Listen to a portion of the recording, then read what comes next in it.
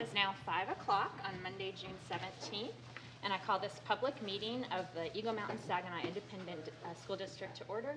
Let the record show that a quorum of board members is present and that the meeting has been posted in accordance with the Texas Open Meetings Act, Texas Government Code, Chapter 551. And we will start with the report to the superintendent. We first have the Partnership for Medical Services to EMS ISD employees, Mr. Shealy. Good evening. For some time, we have been looking to supplement our insurance program. Several of our neighbors are on their own programs. We got into the state active care program, and once you're in, you cannot escape. We tried to change that, but we haven't had any luck. So we have been having trouble competing or comparing ourselves with neighboring districts. For quite some time, I've been looking for a partner and not with much success. But a while ago, Jamie, and I'm going to have her come up and do a little bit of background, came up with a relationship that we've explored and looks good. So what I'd like to do is have Jamie come up, give a couple minutes about what she's done, and also introduce our guests.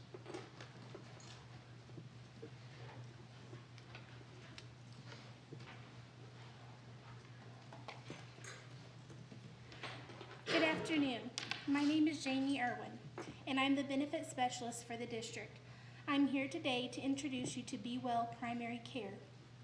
The owner, Radhika Vayani, and her husband, practice manager Chet Vayani. I was approached by Be Well Primary Care in February, and they extended their interest in partnering with key employers in the area to raise awareness of the importance of primary care physicians and wanted to set up a meeting to share their interest in exploring different options for partnerships. Excuse me. I felt this may fall in line with the vision of offering a full-rounded wellness program and health clinic to our employees, so I asked Mr. Shealy if we could attend their meeting. After meeting Dr. Vayani and Chet, their staff, I was very impressed with the passion they showed to educate and help the community in making primary health care accessible. They can provide excellent services and a beautiful facility to our employees. They can also help our district to create a wellness and benefits package, not only to help retain and recruit employees, but this will also be a way to provide access to health care and to create a healthier workforce. I believe we will see benefits as our employees receive their annual wellness exams, have the access to care that they need to stay healthy and educate when it comes to their health. They will have access to a place where they are encouraged to have their wellness screenings done annually and are provided with preventative health care. I'm very excited to see what this plan can provide for EMS ISD, and I want to welcome Dr. Vayani and her husband Chet.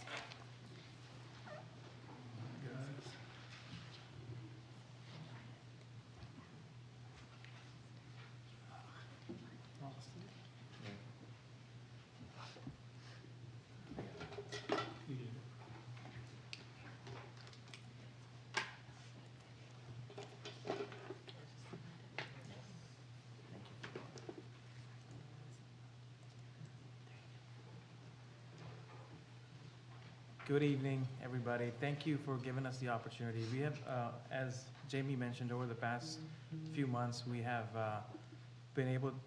we've been meeting a lot with the ISD staff, and we've gotten to know the ISD. And what I want to share today is mostly just who we are, and then if you guys have any questions, we're happy to answer that. I'll start with this, right? So my wife here, Dr. Vayani, has been practicing medicine, internal medicine for about 9 years in the community, in the area, North Fort Worth area. And a couple of years ago, she said she was actually wanted to do her own practice instead of working for a bigger practice. And when we started that, we came up with the name Be Well Primary Care, because at the end of the day, what she believes in is, preventative care. To be, it's the basis of everything is preventative care. We all have insurances, but we never go get an annual checkup done. Sometimes you go to a doctor, it's kind of, you could have prevented some of the things that happen. But what I want to do first is let her have the opportunity to introduce herself and her And has. Yeah, I'm not much of a public speaker, so he does most of the talking. But I'm Dr. Bayani, so I'm board certified in internal medicine. I've been out in practice I have to take my boards next year, so that's 10 years next year. Huge emphasis on preventative care. I try to, see patients early on with illnesses or disease and try to counsel them on lifestyle and behavior changes and conservative things before we have to start the medications and those sort of things. So that's where our focus is. I have Morgan, who's our nurse practitioner, so it's me and her in the clinic full-time, Monday through Friday, 8 to 5.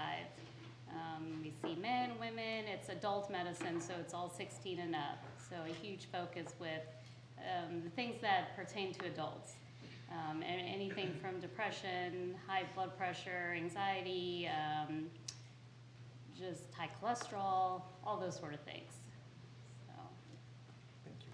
So moving on, our whole practice is based on compassion, care, and excellence. And I mentioned here that we're also part of Accountable Care Network with University of Southwest Health Resources, what it's called. It's University of Texas Southwest in Dallas. So they have a ACN. The reason it's important is because they measure the quality of our physicians and quality of our providers. They have systems in place that make sure that we're actually doing certain checks based on age, complexity, or all these other factors for patient. So it helps to being in that system because even though if you're, we're kind of, I don't want to say it's forced, but it's still, you have systems in place to make sure prevention is actually happening at the right level. They get incented by making sure they're reducing hospital visits and stuff. So as Jamie mentioned, right, our biggest focus was what can we do differently in terms of, we can have a doctor's office open up and eventually people will find out about us. But doing differently was more, what can we do within the community, right? So we reached out to employers, a few of the employers, especially starting with public employers, and quite honestly, I think that's a space which can use some help in terms of, healthcare in general, education-wise. So we wanted to do more with the community. We reached out to Jamie, as she mentioned. The biggest thing here was most people don't have a primary care physician. And there are a lot of reasons to that. Sometimes it's just don't know where to go. Sometimes it's, I don't need a doctor. But folks who have insurances, they're paying for insurance premium, which allows them at least one annual check a year. So we've mentioned here in terms, basically the importance of having a PCP, but as primarily, if you have a PCP, you're basically catching things early. I've seen a lot of people talk about, do you guys, anybody know a good cardiologist? But sometimes you ask them, how do you know it's a heart problem? It's not heartburn, right? So if you don't have a PCP, there are things that can get missed. If you have surgeries and stuff, you need a PCP to make sure they know the entire system of your entire system body, right? Plus, a couple of things I'll mention about this. A lot of times folks just go to urgent cares, right? So urgent cares are expensive, but yes, they relieve the symptom, but they don't really fix the main issue. That they'll give you a medication and send you home, but you may go back again a couple months later. Again, they're not fixing. That's not their job, just to actually fix the basic issue that you have. The second. I guess the other importance of having a PCP is your referral network. So if you need a cardiologist, if you need a neurologist, if you need a surgeon, your PCP should have relationships with those physicians, and they can recommend you, hey, here are a couple of good cardiologists, here's a couple of good surgeons that I would recommend you go to. It's in their best interest because they're putting their credibility online, to refer you to somebody, right? So not only that, whenever that happens, if there's any issues, any complications, these physicians have a relationship with each other, so they can text, communicate via phone call, notes, and so forth. So, anyways, that's a few reasons to have a PCP. So when we started discussions with EMS ISD, we talked about, what is the objective for doing this? From an ISD standpoint, it's basically making sure the employees are healthy. You guys are already spending on employee wellness, health insurance and benefits. So you want to make sure they're healthy. And then the other thing is, as Jim mentioned, a lot of other school districts in the area have programs where they have on-site clinics or whatnot, which helps, again, compete in this job market, right, in terms of maintaining and retaining employees and stuff. And lastly, these are some of the benefits, such as workman's compensation, reduction in substitution costs. These are kind of hard factor dollar benefits that the ISD may see if the employees are doing better. Plus, they have access to health care, right? So what we're talking about here in terms of a partnership is, one, to use Be Well Primary Care as a preferred clinic for annual wellness. Annual wellness programs are very important. Most private industry folks are doing it where they provide incentives to employees to go get annual checkups done. I know with the company I work for, I go to the doctor, get my checkup done, have to submit a paperwork, and then they reimburse me some, like $300 in our case, right? So so that's one thing we are going to do. The second thing is, like I said, instead of going to an urgent care, we will make sure that EMS employees who call us can get same or next day appointment in case their appointments if they're sick. So they can, instead of going to urgent care and spending money there, they can come to our clinic and establish care with us. So again, what's in it for us? Of course, we get to be in the community, and plus, obviously, expand our patient base. So, as I mentioned, for insured employees, the plan for this upcoming school year is an annual checkup, which will be done at our clinic, and then the ISE will provide an incentive in terms of a gift card to employees, and then a certain amount for their spouse. For sick visits, like I mentioned, we as in Be Well Primary Care would provide same or next day visits, appointments, and the ISE would cover a portion of the annual the first couple $100 of the annual deductible. And then for uninsured employees, the ISD would basically cover the cost minus the $35 copay for the annual checkup. The annual checkup will include all the labs that are necessary for an annual wellness program. And then for sick visits, the ISE would cover $140 of a visit cost, so up to 2 visits per year per employee for those who are uninsured. And then the employees would then, if there are additional labs or tests that we need to do, then we would provide like a cash pay price, which would be at a subsidized cost, and then the employees would pay for that. So lastly, in regards to wellness, we do believe that, or Dr. Annie believes, that there's a lot, there is a lot to do with obesity and weight management that would help in terms of reducing the cause of certain diseases, heart diseases, diabetics, and so forth. There's a lot of facts that we can talk about, research on, that it is an issue. So we have a program in our clinic called Ideal Protein that we have started. She's been doing it for a few years. I first became familiar with it with UNT. Worked with the medical school UNT for about 4 years, and this is a program they had a lot of their physicians and staff on. So I had great results with patients that were diabetic, coming off of meds. Really good results from it. It was medically safe. It's only done in doctors' offices. So yes, we would have that program as well available to the employees, where the ISD would provide some benefit for the employees to start the program. I think we would have a pilot program for some employees to begin with, and then once the pilot finishes, we would then have some benefit for the employees who want to be in the program. The biggest thing about this program is when you go to the doctor's office, a lot of times they're like, oh, you need to lose weight. Sure, but how do I do that? But this one gives us a way, gives us a way to provide a solution to a patient by saying, okay, try this because this works. All right, moving on to possibly the future, right?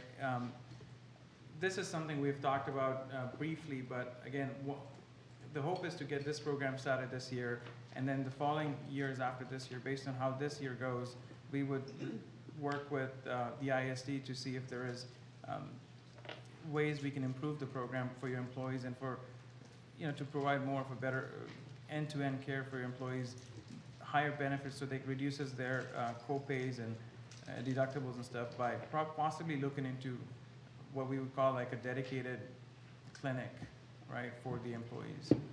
But that's the future.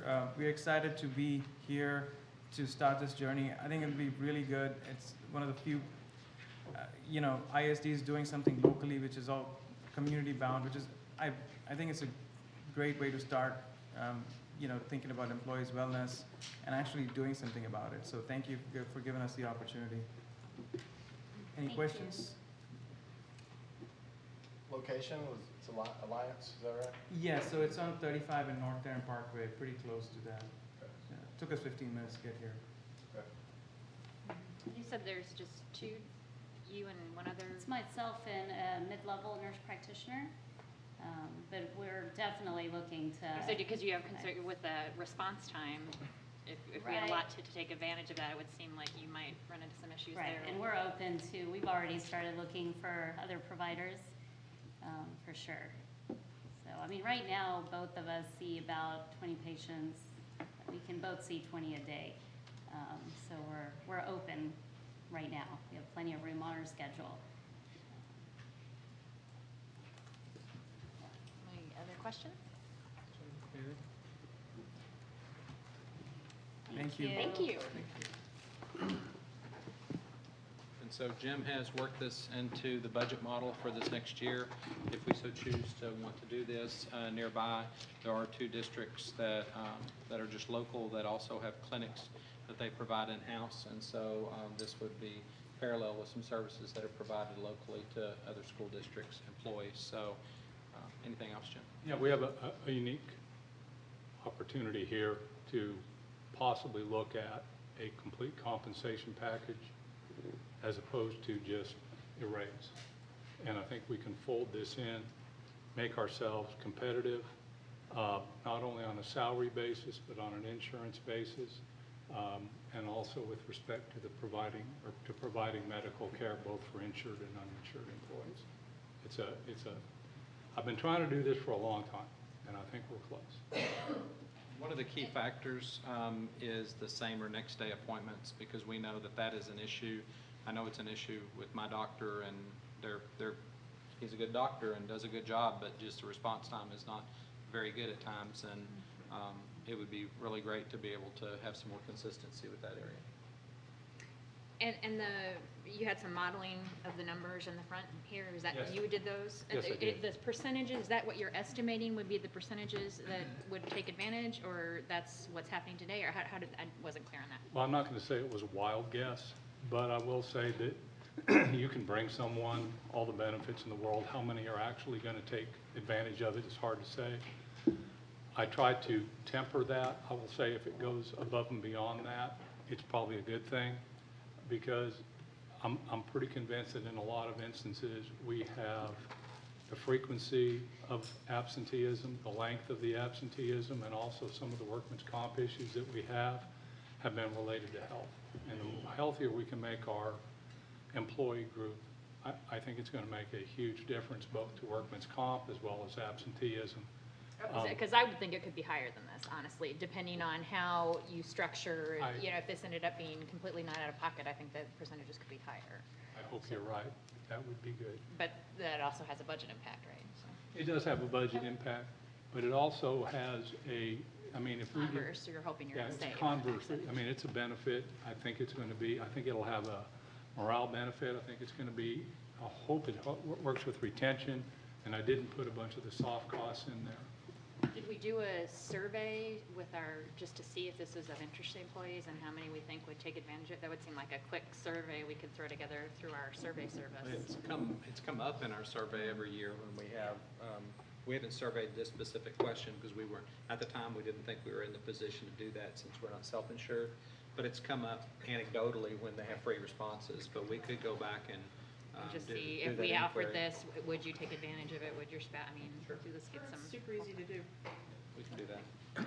And the timing on this is, Jim, you're expecting to bring this back and I'd really like to start it with the return of teachers that come and get some information out before then. We still have a few logistic issues that we need to iron out, how we're going to do this. But conceptually, we're there. we could bring it back in August. That would give us We could July bring and it- early We could August bring to it back in survey. July and then again in August and verify everything. I know we're always trying to get teachers in the classroom and all that because it saves subs. I mean, it saves thousands and thousands of dollars. And this might be a very good, obviously a very good way to do that. But I think also, have we ever looked at bonuses to people with perfect attendance, teachers?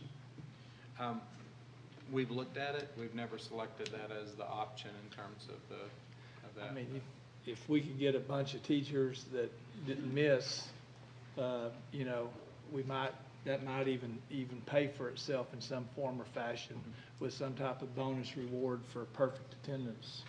And a lot of employers are offering incentives now for certain health things that you can take on yourself, whether it be tracking your steps or tracking your doctor's visit, you know, so that might be a thing to add to And this we've as talked well. about expanding into those areas to kind of follow up on Mr. Daughtry's thoughts. You know, I hate to have it all or nothing with the sudden, no, you don't get anything, but maybe there would be a bonus if it was perfect. If you missed one day, then you get a little less. But let's face it, just because somebody gets sick in the first 2 months of school, we'd still like to give them something if they'll stay with us. Well, and for we the don't rest want a sick teacher showing up and making her whole class sick either, so she can get the bonus. So, Yeah. gotta make sure we. Kind of, yeah, you followed me, Vic. Now, I know we talked about in the health management program, weight management program they talked about is actually helping in that area if people would complete that program to help offset the cost. Yeah, we have we're putting together the finishing touches on that. We're going to have a pilot program and get some feedback and then use that to try to work with other employees to get them involved. There's a lot of synergy in this. It's just a matter of picking off what we can do well right now and keeping focused. Okay, I think our next report is finance report, so that's you as well, Mr. That Chairman. would be me. Well, then, you're busy. Thank you for coming.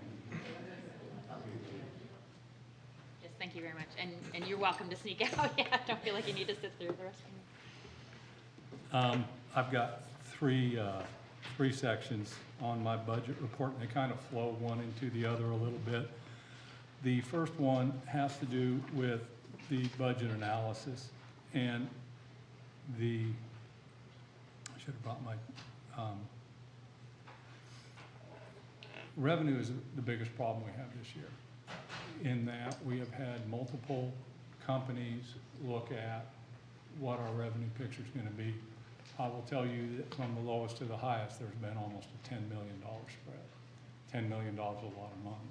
Fortunately, in the last couple of weeks, our estimate has been pretty close to Omar's estimate, Omar Garcia, who's the godfather of school finance, and also to Moak and Casey. Equity Center's been quite a bit higher. So we're really trying to get our numbers in there because some models are based on inputs that I don't know where they came from. But I think we got a pretty good handle on it. The other part of this bill was only about 60% revenue. It was 40% mandated expenditures, in particular when it comes to expenditures for pre-K. And I've been talking with Linda and with Dana, and we are creating committees to try to look at what the impact is of some of these mandated programs. There's also additional money if you have certain graduation percentage increases for certain subpopulations. So we're trying to work through this pretty quickly because I don't have a whole lot of time. There are also, Megan, how many was it? 240? 246. 246 instances in the law where it gives the commissioner the authority to determine how that section is going to be applied. The commissioner has indicated it may be months before he makes those determinations. So to a certain extent, we're flying a little blind. So what I'm trying to do is go through and pick those that are most critical. Once we have picked those, then we'll sit down, concentrate on those, even if we don't have direct guidance, what most likely will happen, and then build our budget. It's pushing us back a little bit. We've never had to do this before, but at least the revenue side seems to be coming together, and I think we're going to be on track to come back in July with a final presentation and for adoption in August. Did you said you were on board with a lot of the people that we think tend to get it right. Did anybody come in significantly lower? It sounds like you're being conservative. You know, we had one that was lower. Moken Casey was a bit lower. I also will tell you that tomorrow, Wednesday, and next Tuesday, I am going to 3 seminars, one by each group, to look at the funding template and try to figure out exactly what the differences are. I don't like a $10 million difference. Just doesn't give me that warm, fuzzy feeling in the pit of my stomach. So I will be going to those with our data and entering that to specifically determine, because somebody's screwing up our data and I don't know how. But hopefully by the end of next week, before we go on break, I'm going to have an idea what a firm idea what our revenue is going to be. The second item I had there has to do with the calendar. And the one thing I wanted to point out is that normally we have a recommendation for salaries in July. I don't know that we're going to be there in July. I would like to think we're going to have a really good idea where we're going to be in July, but tentatively I'm going to push that off until August. Now, I say that, but several of our neighbors, especially those with a June 30 year end, have already come out and specified what their salary is going to be. I will say that, and I think my last one has to do with salary scenarios and recommendations. So I'm just going to flow into that. What we're looking at is a comprehensive package. The first piece you heard tonight, which is the establishment of a medical service that we can get our employees into. When we did that, we tried to put something in place that would be a benefit to all employees. And the reason that we have never increased our co-payment or our subsidy to the insurance premium. We're at $225. We've been at $225 since that was created. That $225, in order to raise that, only gives a benefit to about 56% of our employees. The other 44 get nothing from it. But if we were to take that up, let's say $75 to $300, and that would be a benefit for those on insurance. And for those not on insurance, we get them coverage for an annual well check as well as a couple of sick visits. And we give benefit to the insurance company or to the insured employees. We're starting to create a benefit for everyone there. Once that's established, then it's time to talk raises.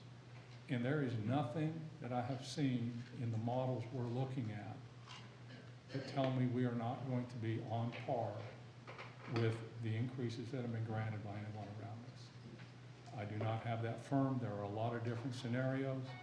This whole year started off with a $5,000 raise for teachers, then it was $4,000, then it was 30% of the increase with 75% going to teachers, and they estimated that at $4,000, but the actual amount is in the low 2,000s. We're going to do the very best we can for all of our employees, and we will pay specific attention to those teachers that have 6+ years of experience in the district, which is what we were directed to do by the legislature. We do the very best we can. That is the primary focus of this budget. There's really three challenges in this area. Number one is the knowledge, which is what Jim's talking about, that we have from the state of what the effect is on revenue. The second area is other school districts are making decisions. As they make decisions, they create a market. And as just like every year, we look at positions and compare that to the market. Later in the evening, we'll look at the compensation plan and do the same thing. We want to make sure we don't move so quickly that then in other districts that we compete with all of a sudden put us out of the market in an area. So we actually have an advantage here. The fact that we don't have to approve it now. It's not the number of positions that are open. We're not really concerned that we're not going to recruit people. We'll make sure we we're putting the word out that there's going to be a compensation plan coming. People know that that's state mandated. But I think it's really to our advantage to wait to a time in which we can be prudent and making sure that we are competing in that market. All that it makes this a little bit more complicated. But again, we have the advantage of time here as we look at it. And as we look at nearby districts, as Jim said, our comparison, we look like we're in very good shape. I'm confident, which I'm not normally. I'm optimistic, which I'm not normally. But I think we're going to be okay. And I may be the only one in the state that does, but I think we're going to be fine. We had talked about it today, bringing you some numbers tonight, but really in the end, I think it would be more prudent to have the meetings he's going to have with the big three, the Moken KC and the Equity Center, and I just lost the third. Omar Garcia. And after those, we'll be ready, and we'll be communicating with you in the interim. We have August there as an optional date. I'm hopeful that we'll have a July date. I think that would be. Just in case. Yes. Can you add some sort of a report out after your meetings? Yes, we just can. in the Friday update, We sure just to can. have an idea That'd be a good idea. directionally? And we can do that as he has them. I mean, because there's a couple this week and then one next week. We'll go ahead and put something in this Friday or Thursday, and then next week as well. Yes. What's our pulse on employees and teachers and how they're feeling about The that it's methodology, nebulous yeah. and expectations? I would say Texas employees, educators in general, are confused. I was talking to my sister who works down in the San Antonio area for a large school district, and she said, oh, the word is that everyone's getting 4,000, and she, you have to know my sister, she said, she goes, y'all, they're not going to give us 4,000. She has a little bit of accent like I do. And she says, you need to wait till you see it in writing. And I said, well, that's a really good recommendation you gave, because part of what we're dealing with is misinformation. And that, I said 3 challenges earlier, that was a third, I forgot it, is misinformation that's replete through the state. And one of them is that it was 5,000, now it's 4,000, it's not. And as we reported to y'all, it's a percentage of a percentage that you have to meet. And we more than meet that. It's not even a stretch to meet the statutory requirement. If we only met the percentage required, we'd fall behind every district in the area. That's just not an option. Before I sit down, one thing, Kristen Savant is here from our bond council. What's the name of her? And she's here tonight. We're going to be looking at the variable rate bonds, but first time she's been here. They've worked for us on the last couple issues, and she's done an exceptional job. I just wanted y'all to see her face. Thank you. Welcome. Thanks for being here.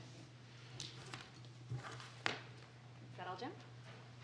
All right, then we are moving on to the Athletic Department Annual Report, Mr. Brent Barker. And you're already there. Mrs. Ring, Dr. Chadwell, board, I always look forward to coming here and acknowledging all of our great coaches and really, really great student athletes. So we'll quickly do that. And so let me see if I can get this. I think this is in your packet as well. So I'll quickly go over these slides. And of course, we always start off with our athletic mission statement, which is our school's mission statement, trying to create an environment where we pursue excellence in everything we do. And so we did get a new district this year. And by the way, the district included Colleyville Heritage and Grapevine and Birdville. And Colleyville had only 3 guys drafted in the Major League draft. One was the second pick, and they won the state championship. The Grapevine golfers were the 3rd year in a row, won the state championship. Tennis is great in Grapevine.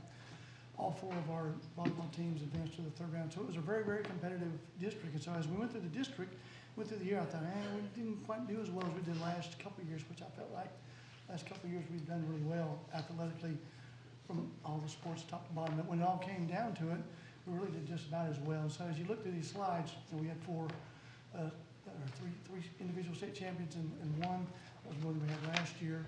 And we met those last week, or last month in our board meeting. These were state runner-ups, and we're fixing to meet our Chisholm Trail track team. They were awesome, and that was actually more than we had last year. We had a number of state qualifiers. It was down a little bit from the last couple of years, but again, we had a ton of state qualifiers. And of course, we had 4 coaches receive honors. That was very similar to what we had last year. District champions, we actually had more than we had last year overall. And of course, the blue is always Boswell. The purple, and that's dark purple, is always Chisholm. And of course, the red is Saginaw. Of course, at Boswell, we had the record number of wins as well as in softball. And then we also had record score in district at the boys golf at Boswell as well. So we set 2 records there. So they had a great year there. Our district champions doubled what we did last year with individual district champions, which I didn't realize until I started counting the numbers. So these were all of our individuals that in a lot of our sports that actually won the district championship. And of course, you see all the track and field, things like that. These are superlatives. These were players of the year, district MVPs, and things like that. And of course, again, softball had a great year, etc. These were our playoff teams. We had, I guess, 4 teams that actually advanced, and then we had 2 that were listed there. Postseason was down a little bit overall. Again, I think that's to the competitiveness of our district. And again, we had a number of teams that appeared in the postseason. And then every year we do a National Signing Day. And again, this was very similar to the last couple of years. We had 48 kids sign on National Signing Day. It was so good that Sean Bell from Fine Arts decided to do a signing day as well. That I heard went really, really well. And so it's always great when you recognize both student athletes and academics. And I know that some of those got academic awards with their athletic scholarships. And we actually had, this is the most we've ever had since I've been here, 8, excuse me, that signed Division I scholarships. And so, you know, that's something to be proud of. And maybe help draw some parents to our district as well. Talked to the gentleman, we have a number of our parents still use the core course GPA to help with eligibility and things like that, so that's been a success. Like always, we're trying to do a better job with our website, so we had a new look on our websites last year and had some new features and things like that, and so we were proud of that.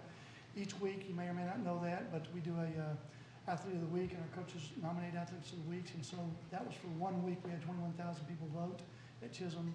Those were the most in a week. At Boswell, about 4,000, and Saginaw, 2,300. And then, of course, our Facebook is kind of living out a little bit, and we continue to spread the word through Facebook for all those old folks out there, and then Twitter and young folks. And we consider doing a little Snapchat, which makes me a little nervous anytime we do something different, but we considered starting other things. Of course, it's always interesting to see who goes to our website and see the different states, and I would imagine most of those are relatives and grandparents and things like that. So, you know, we're getting a lot of news out there.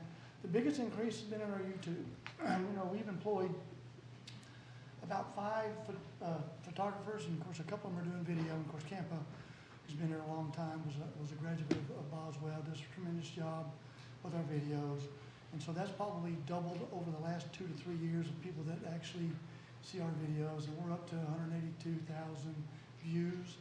And so if you ever go to EMS ISD Athletics, when you Google search YouTube, you'll find all kinds of really cool stories, and just he puts together some very creative things for all of our sports, not just the major sports, but individual sports. And of course, we do a show for every one of our teams that highlights our student athletes, as well as interesting stories and all of our coaches. And of course, Campa does that. And of course, we still do posters. And you may see me sometimes in a lot of elementaries and middle schools handing out posters, and they do a really good job of putting up posters in every elementary and every middle school that we have, just trying to market our athletic program there. All of our coaches do a lot of community service, so we continue to you know, encourage them to send us pictures and tell us what they're doing, and they do a lot of cool things throughout the community. And we want to continue to do even more of those types of things. This was the first year we started with 2-word character development. A gentleman by the name of Stephen Mackey, who has an interesting story, does a 5-minute motivational speech, and just you know, a 2-word character development. So we ask each one of our coaches to do something in character development. Many of them do 2 words, and they use it some in their 6th grade athletics I'm aware of, as well as in their athletic programs.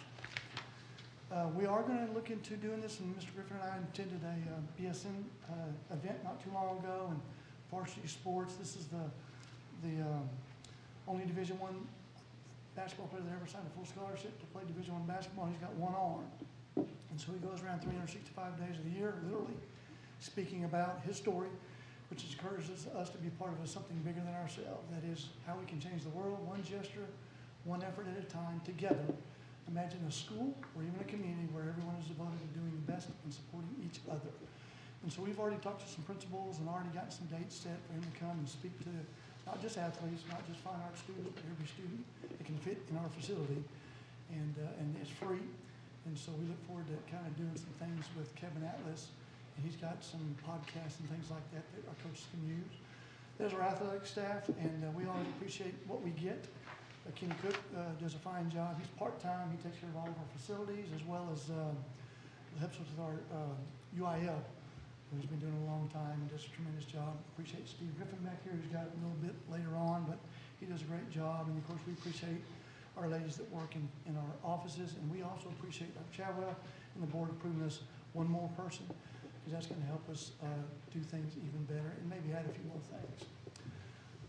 Our district, and we talk about our great facilities, which we do, and we appreciate that. You know, turf's on its way at many of our venues. We talk about leveling the playing field, and so we have some skilled training partnerships throughout the district, and we have, I guess, what is that, 2, 4, 6, 7 that come on our facilities and work with our students in many areas, from basketball to football to quarterback performance to professional or PC, which is strength and conditioning. And so that's going on now. Our numbers are pretty level, if not maybe a little more this year. I know that as I've gone around the last week looking at camps, I think the majority of our camps are actually up. And really don't know why. Some years are down a little bit and some years are up. But I noticed that we had in our soccer camp over there about 80. Janine at her volleyball camp had about 90. And so those both camps were outstanding, and a lot of kids interacting in our camps. So that's good. And of course, middle school is where it all starts, 6th grade athletics. We appreciate the opportunity to do that in our middle schools. And as I travel and go to AD's meetings, they're always amazed at what we do at our middle school level. And we actually are in the district with Keller schools, which are sometimes quite large, as well as Northwest schools. And of course, our middle schools competed very well in all those things that we did. And then last but not least, one of the craziest things we did this year, we started a little bit late, but our coaches got involved and bought into the dream about getting more people involved. And so we began an All-Pro Dad initiative, or All-Pro Dad chapter, each one of our middle schools and high schools, and not knowing really what to expect. And so our first breakfast, and I think you guys might be aware of that, we had about 800 dads show up, about 100 dads at school. And you had another 800 kids, and then we had our coaches and administrators. Next thing you know, we ran out of donuts a little bit, we ran out of shirts and things like that. So we fixed that problem and ordered a bunch for the next breakfast, and had a little less folks be there at the start of school, at the second semester, at the end of school, at the end of the year. And then, of course, I think it was May the 18th, we're going to have a big event like it does every Saturday in May. It poured lightning, so we canceled it. So we're going to start the year off as kind of a big bash and a big startup for all pro dads, and starting it on the Backpack Day, which I think is August the 10th. And so we're excited about August the 10th. So come out and have some fun if you'd like to. I know I kind of went fast, but I know I want to get going. And you have the packet. Any questions about athletics? All right. Good evening. Thank you for the Thank you. update. Next, we have the World Languages Report. Ms. Stacy Zana. Or you.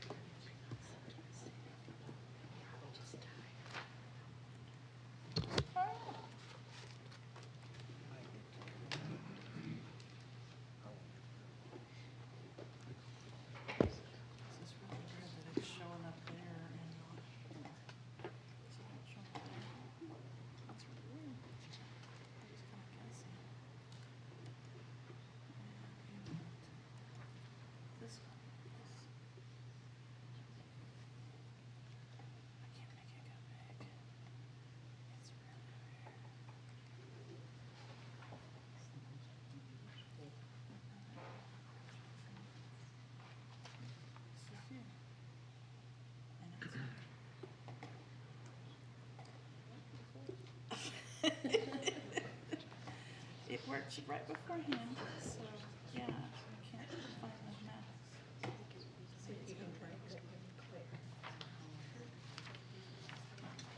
Well, I'm trying to make it go big, I apologize, I'm trying to make it go big.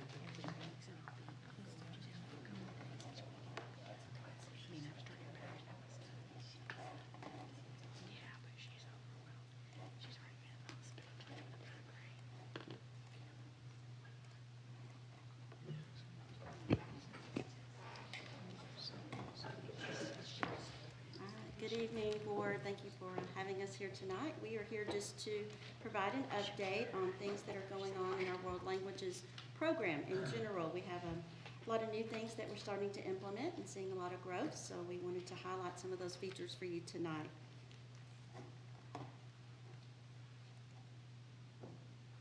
Currently, these numbers reflect just the enrollment in general across the board in our secondary campuses, and remember that our middle schools also offer our Spanish as well. So we have our French numbers, that's 1, 2, 3, and 4, our enrollment for this current 2018-19 school year. Then our German numbers, our Spanish numbers are our largest, and then our middle school numbers as well. So we were very pleased with the participation in the amount of our programs. Just a refresher, when we reported the AP Advanced Placement Report in this past year, just wanted to recap on the success and participation rate of students in our World Languages programs who also go and take the AP test. Our current scores for this year are not in yet. We're expecting those early July, so we'll bring that data back to you whenever we get all of that information in. But we had a very high percentage rate as far as our students taking the actual test. Then when you look at our performance, just to recap, we had some great successes when we compared to the global rate and the state rate. Feel that we're definitely gaining ground and making progress and exceeding in some areas in our performance, and that's our number of 3s, 4s, and 5s who earn college credit for taking the AP exams. Just to recap the success of our students who take the AP test at the middle school level. And they perform very well, definitely above the state in the global comparisons. So those are some of our academic successes as far as our just performance on our advanced placement test. That's one of our data measures, and then look at also at our enrollment numbers. But in addition to that and to our courses, our students also have opportunities to participate in world language in other areas. So I'm turning this over to Heath Dollar. Heath Dollar is our coordinator of bilingual / world languages. He greatly helps us out and supports our world language program, and I'm very thankful for the work that he helps us in this area. So Heath's going to talk to you a little bit more about our other events. Always happy to get to talk about the World Language Academy. We've had it now for 2 years. The program is an enrichment program for parents and their students, and they get to work together in tandem, which is a really great thing. It's for students from grades 2 through 8, and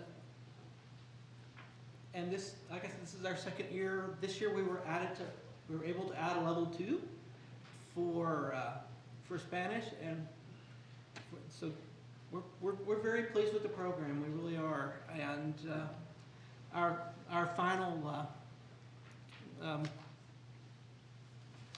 final activity for the year was we had ASL did silent bingo for their final activity, and with the Spanish class we went and had dinner, and everyone had to order in Spanish. It was a really, really good thing. We really enjoyed it. I'd like to share a video with y'all to show you what the program looks like. The World Language Academy is a program after school for students and parents where they can start from the basic level and move up. The program allows students to learn either American Sign Language or Spanish. It involves technology, a little bit of hands-on, pronunciation, everything that you would like to have in the Language Academy. And it serves as a foundation for a lot of our students for future language learning. It's just a great fun time, and the kids really enjoy it, and so do we. We're here so she can get a head start on learning Spanish. Well, we recognize that learning different languages excels our growth academically, and it gives her a head start for our future careers. I wanted to learn sign language because I had a friend at my old school that was deaf, and I wanted to like talk to her. In a country that has become a melting pot of different cultures and people, it's invaluable to start our children young and understand that there are many languages that will be spoken in our country and already are, and what a tool it would be for them to be able to speak a language in addition to their primary language. Just come and join us. It's fun, I promise.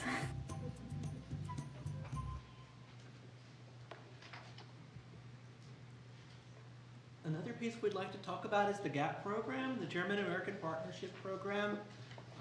This is a program where our students have the opportunity to build relationships with students from another nation, and it gives them a real-world opportunity to apply language skills, and it really encourages kids to learn language. It's a wonderful, wonderful program. This year we just had 15 German students have just arrived, just came here from Geschwisterschule Gymnasium in Germany, in Wittenberg, and they stayed with host students. My wife and I actually had 2 of them, and it was really fantastic. We really enjoyed it, and the kids did too. And I'd like to thank Pam Phillips and Cody Cox, who helped make this program a definite success. This was the first time we have had the opportunity for the program to be at 3 different campuses. So it was at Boswell, Chisholm Trail, and at Saginaw, all 3 of our comprehensive high schools. And the students, while they were here from Germany, they had the opportunity to share information with our students about their school and their lifestyle. While they were here, they visited the Hollenstein Center and had the opportunity to speak with Dr. Chadwell, and he spoke with them auf Deutsch, which was really,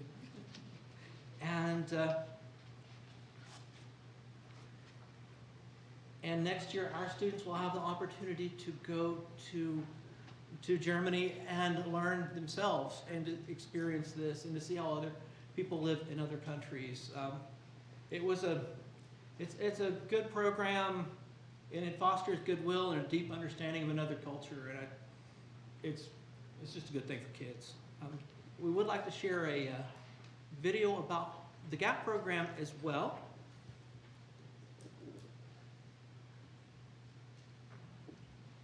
On location. This is Jim Chadwell, on location with the German-American Partnership Program. GAP is a wonderful program the district's been involved with for several years. It brings students from Wittenberg, Germany into our schools, where they get to attend classes, go to events, and they even take a trip around Texas. This has been a great opportunity for our entire community, our parents and host families, our students, and our staff. We're proud to have this partnership with Wittenberg, Germany, so now let's go on location with the German-American Partnership Program. My name is Marit and I'm 16 years old. My name is Karl and I'm also 16 years old. Winterberg is in the western part of Germany, in the state of North Rhine-Westphalia. It's 2 hours away from Cologne. Winterberg is has many tourists for skiing and ski jumping and things like that. The GAP program was started by the Goethe Institute in 1972, and it's developed into the largest and most successful bilateral student exchange program in the U.S. With 765 active school partnerships, GAP remains the strongest youth exchange program between American and German secondary school students. It is really cool to get this possibility to see their everyday life, how they live, what kind of culture they are in, and what they have to do for school, and yeah, everything. GAP is dedicated to creating intercultural learning opportunities that forever impact the lives of countless students in Germany and the U.S. My name is Chelsea Rose, and I am the host mom for Rania and Franziska from Germany. They're 17, and I have my own twins, boy-girl twins, Luke and Ripley, at Creekview Middle School. So yes, from my point of view, just watching my kiddos and then watching the girls that we have in the house, them educating each other on the differences between Germany or another country and here, and how maybe relaxed we are with things here compared to more strict or different structure for education in Germany. I've now connected with their family, and so that little bit of a bond between us has been really nice to communicate with their mother, their father, and they have younger siblings, and so my kids and our family have just kind of grown into our own little family. So my kids have definitely, it's been an eye-opener for them. There you have it. I hope you enjoyed learning more about the German-American Partnership Program. In summer 2020, our own students will be going to Winterberg to learn more about their culture and learn about their school system. Until next time, auf Wiedersehen. And now Stacy's going to tell us about the future.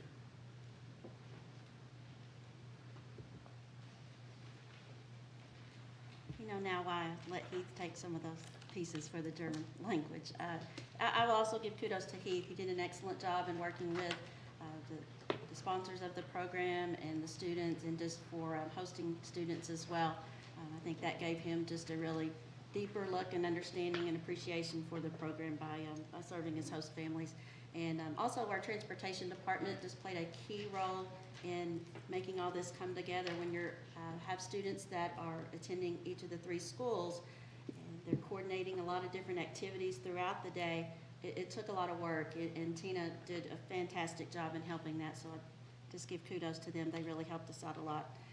So we've offered some great things, and we just continue to add to things to expand the program. And so one way that we're doing that is by adding an additional language, which the board approved to be implemented for the next school year, and that's American Sign Language. It will be offered at all 3 of our high schools, Boswell, Saginaw, and Chisholm Trail. And this year it will look a little bit different. We will have 2 periods of American Sign Language offered each day at the 3 high schools. We made sure that we told the teacher that before she signed her contract. She signed her contract today, so we were very excited about that. She brings a lot of enthusiasm, just a lot of energy. She's built in the American Sign Language program in her previous district. She brings experience, so we feel like we did very well in that hire. So she knows what she's in for. She did a lot of traveling, but she's very excited about it. So the interest has been very high in this course as well. And then we would like to propose, we'll bring it back in our course proposals next year, that will add part 2, year 2 of American Sign Language. So just based upon student interest, the numbers look great right now, and so we're very excited to be offering that as well. So overall, I am pleased with what we're seeing in our world language offerings, and I just look forward to the program continuing to grow and see what else we can consider looking at to grow the program. Just a note here, we do hope to hire 2 additional teachers, that we have the demand for that next year to be able to have a teacher at each school. We just didn't have the numbers this year to justify, but we should next year. That's great. Thank you. Thank you. Unless there's an objection from the board, we're going to go a little bit into the 6 o'clock hour with reports. We have a light agenda close. So with that, we'll go into K-9 Detection Services report with Dr. Barry Baker.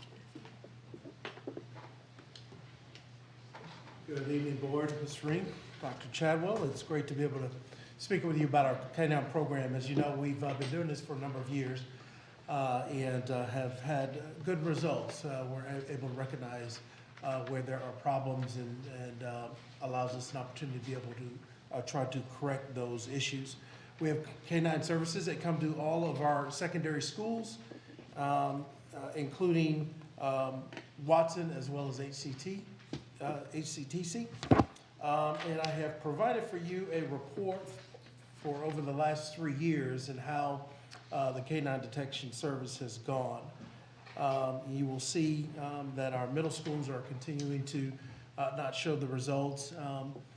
94% of the hits are taking place in vehicles, and so I think that might give some explanation as to why our middle schools, or hopefully a better explanation is they're just not using. But certainly 94% of the hits in the high schools are coming from certain hits on their vehicles. Also, we're looking at probably trends of increase e-cigs, Juuls, things of that nature.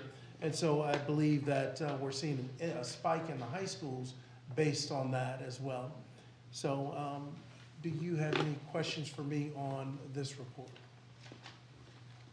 I don't think so. Would you like to move into your next report, which is the K-9 Detection Services contract? Absolutely.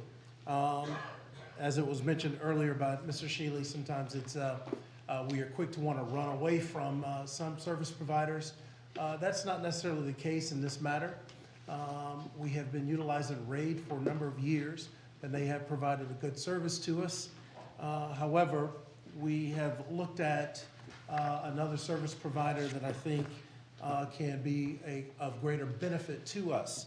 I've also provided you a chart showing a comparison of the services that are available between the two.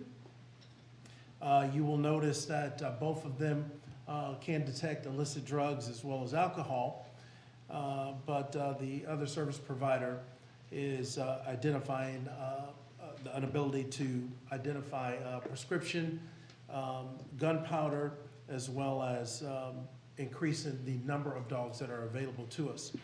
Also, you will see that the amount of time in district will be increased with this new service provider. Currently, we are doing 20 hours per month. They will be able to, which would be a total of 180 hours in the school year. We can see an increase up to 240 hours in the district. I like the fact that what we've done in past years, we've had a half-day visit of the K-9 detection service. With this new provider, it'll be a full-day visit, being able to hit equal numbers of campuses, roughly around 3, but that would mean they're going to spend a greater amount of time concentrating on not just vehicles, but going lockers and within the building. I like the fact that this will provide me with an opportunity to add, dogs that can detect ammo and weapons. We can add this to our emergency operation plan. And this was something that was needed this past school year. And so we didn't have that. We had to rely on some law enforcement to be able to bring that K-9 detection unit. But with this new provider, that is a readily available service to us. And so the cost for the year increases just slightly. As you see the numbers there to $13,800.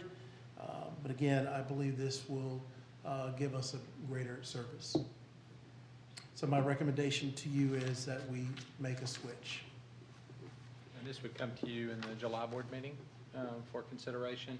I do have personal experience with both companies, obviously currently RAID, but I've also worked in previous districts with EnterQuest. They're both very good companies, but it comes down to the chart on page 87, which is basically the cost comparison for the amount of time and visits, and also the expanded qualities of having to hit on gunpowder and OTC prescriptions. So I just feel like it would be a kind of step up in that area. Any Questions? All right, thank you. And sorry, Clete, but I think we have time for one more, so we're going to skip past you and do human resources, just because it may play into some of the stuff that we've got in action items later. So, Dr. Deborah Dawkins, please. Actually, it's Mr. Anton. Oh, I'm sorry. Let's do the drug testing, I'm sorry. Oh, we're just going to do the drug testing? Yes. One under, I'm sorry, we're not going to do all yours. We're just going to do drug testing. So excited. Mr. Anton? Hi, how are you? Good afternoon, good evening, rather, should I say. Board Vice President Ring and Dr. Chadwell and esteemed members, I'm going to be speaking to you very quickly about our drug testing. I do kind of want to piggyback on what Dr. Baker was saying as far as the drug detection. So I wanted to kind of talk about our drug testing results that we've had in this district have been for the 2018-2019 school year. We mandatory do drug testing for all of our students that are 7th through the 12th grade, those that are participating in our extracurricular, as well as our UIL academic program. And this year we tested more than we tested last year. So this year we tested 2,067 students. That basically was 360 more students than which we tested for last year. Of this 267 students that were tested. We had 34 that had positive indicators of certain types of illicit drugs. The result of this report will be used in several manners. Number one, it will be used for us because our drug program, in which we're using at this moment, is a great deterrent to drug use. As you can see, looking at the report that is in your board book on page 30, if you look at the comparisons, you can see that number one, we're testing more students, but we're having lower numbers of positives. Last year we had 26 positives when you look at high school. This year we had 16. We had 3 in middle school as well as 2. So you can kind of see that that's down, thinking that we've already tested again 364. The other reason why this drug testing program is awesome is because it gives our counselors an opportunity to provide families with resources and students with resources who are potentially showing an issue with drug abuse and just an opportunity not to be able to say no when they're engaged with their peers. And then lastly, it will help us to be able to use this program to inform future decisions when we're looking at how we're going to help and address families and students that are now either using or showing signs of true drug abuse. Do you have any other questions for me? Or any questions for me? No? Thank you. It is promising that the number of tests have gone up, yet the rates dropped to 1.6. We just hope that trend continues. I did want to state, that although not tested in this area, obviously we have some significant concerns with the use of vapes and other kind of related products, and it's something that's in our attention, and we're catching a lot of kids, and we're working with communications to put together a public service announcement. And actually, the Saginaw Police Department and Fort Worth Police Department are both going to work with us. And so, not time for tonight, but we will be coming back to you with some information regarding that and a specific campaign to start the school year to educate parents, but also do the same thing we did many, many years ago about smoking. You know, it's our generation smoking now that we're going to have to deal with. So, it doesn't hit here, but it's certainly something we deal with. Thank you. Is your other report quick? Do you want to do it so she doesn't have to come back? Sure. The Sure. JJAEP memorandum of Yes, understanding? ma'am.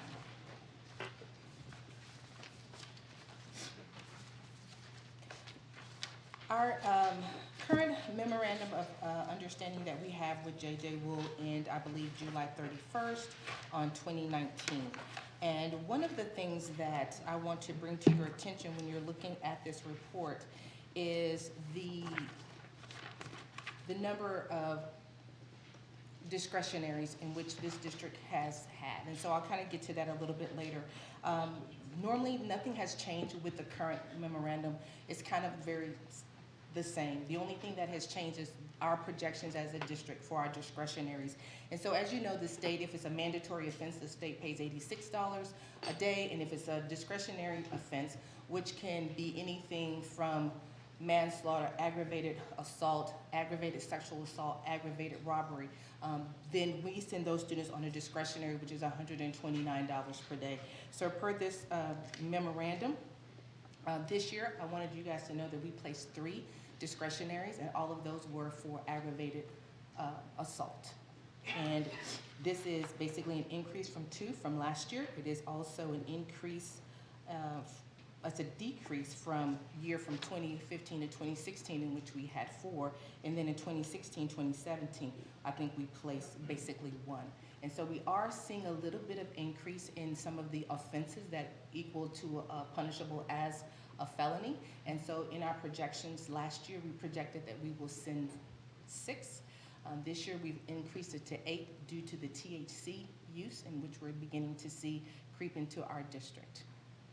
Any questions? Questions? Thank you so much for your time. Okay. So time is now 6:08 p.m. on Monday, June 17th. And this board will now recess for dinner and then reconvene in a closed meeting pursuant to the following sections of the Texas Open Meetings Act. Section 551.071 for the purpose of consulting with the board's attorney. Section 551.072 for the purpose of deliberating the purchase, exchange, and lease of real property. Section 551.074 4 for the purpose of deliberating appointment, employment, reassignment duties, or discipline of a public school officer or employee. Section 551.075 for deliberations on regarding employment or specific occasions for implementation of security personnel or devices or security audits. And Section 551.082 considering the discipline of a public school child or complaint against personnel.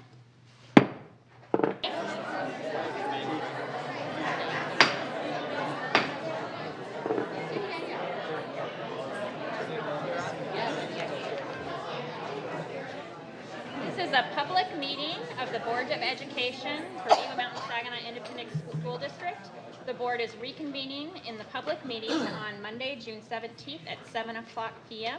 and will now consider the subjects set forth in the posted agenda. Welcome everyone tonight. We've got a full house, which is always exciting. So let's go ahead and get started with our opening ceremony with Comanche Springs Elementary School.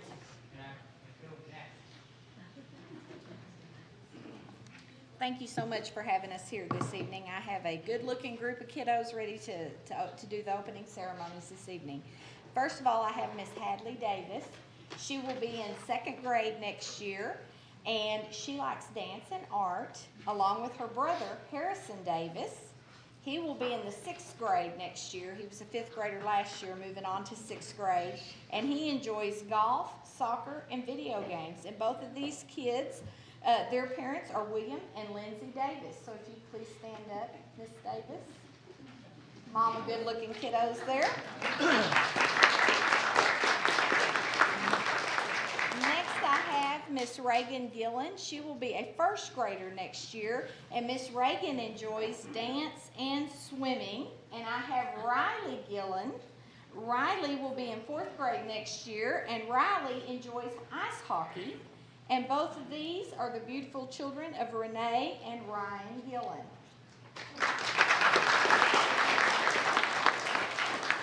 Then I have Ryder Dow. He'll be a 5th grader next year. He is in PACE, and he enjoys Fortnite, drawing, and sketching. And he is the son of Bobby and Cynthia Dow.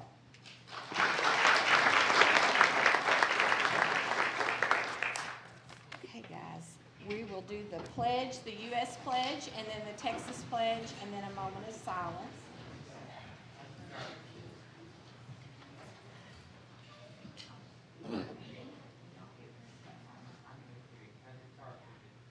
Salute and pledge.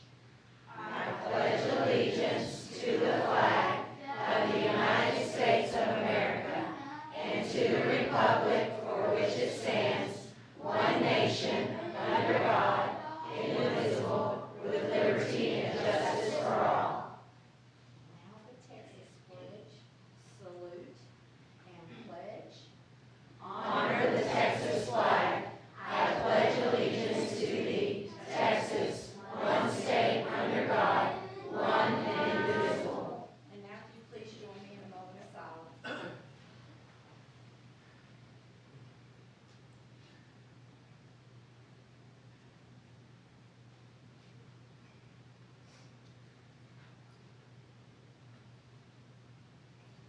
Thank you very much.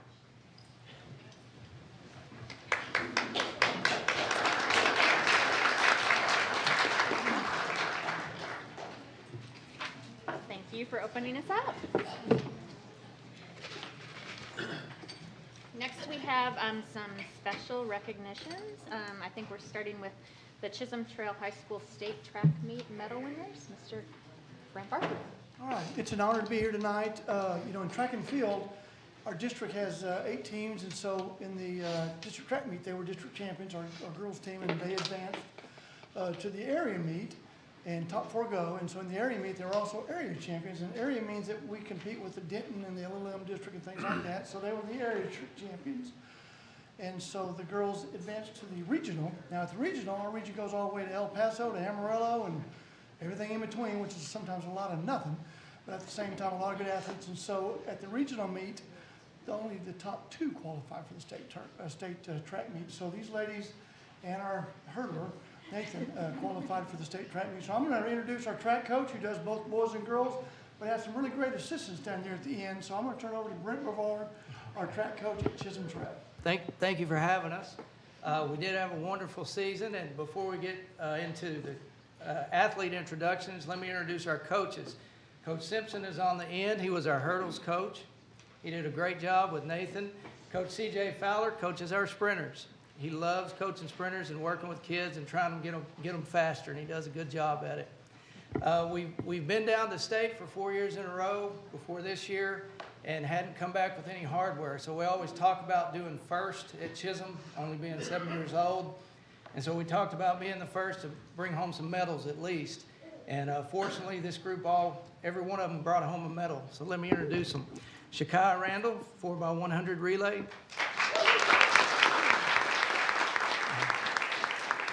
Jazaria Cartwright, sprint relay. Same thing. Deja, we believe, may have been the first ever athlete at Eagle Mountain Saginaw to go to the state track meet in 4 events.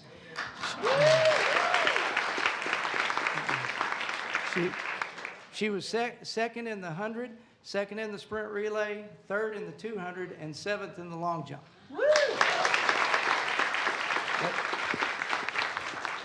Okay, on the end, we have Riley Harris, sophomore. She was also on the sprint relay. And all of the girls are young. They're all coming back, 2 sophomores and 2 juniors. Then on the far end is Nathan Franco, Jr. And Nathan was third in the 110 hurdles. He went down the year before and got a little shell-shocked, but got experience, came back this year real strong and finished third, like we said.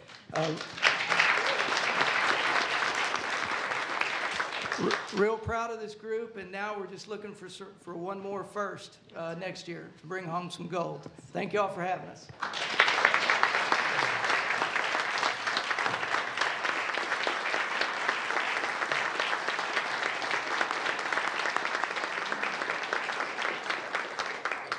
If you're a parent or a significant other of one of our track athletes, stand up to and be recognized.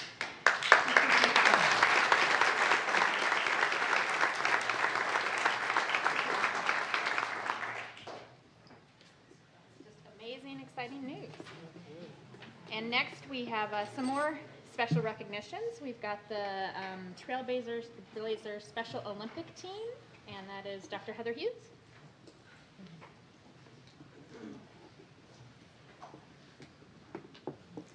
Good evening, Board. Dr. Chadwell. It is my pleasure to be able to introduce to you our Trailblazer Special Olympic athletes who qualified for our state.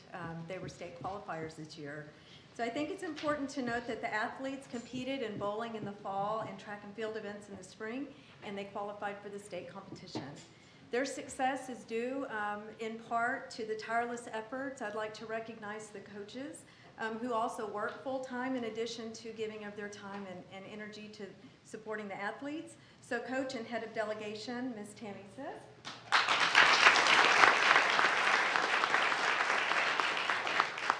Coach Joe Brownlee. And 2 other coaches, Coach Cheryl Whaley and Coach Emily Casper, who could not join us this evening. And I'd also like to recognize all of the parents and volunteers, because without their support, none of this would be possible.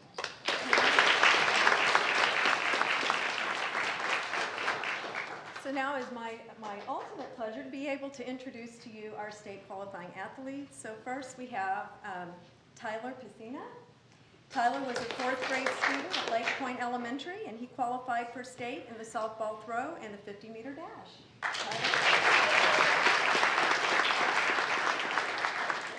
Next, we have Logan Flores.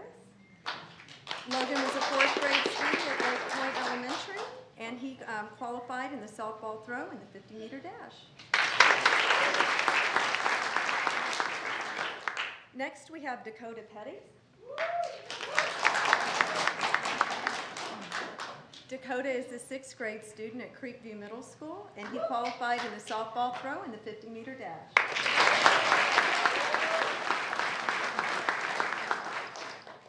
So next we have Sincere Arroyo. Sincere was a 7th grade student at Creekview Middle School, and she qualified in the softball throw and the 50-meter dash. Next, we have Amelia Abbott. Amelia was a 9th grade student at Chisholm Trail High School and qualified in the javelin and the 100-meter dash. Next, we have Miss Maya Nyberg. Maya was a 6th grade student at Creekview Middle School, and she qualified in the javelin and the 50-meter dash. And certainly last but not least, we have Mr. Daniel Thomas. Daniel was a 10th grader at Boswell High School, and he qualified in the javelin and the 50-meter dash. These are our 2018-2019 state finalists.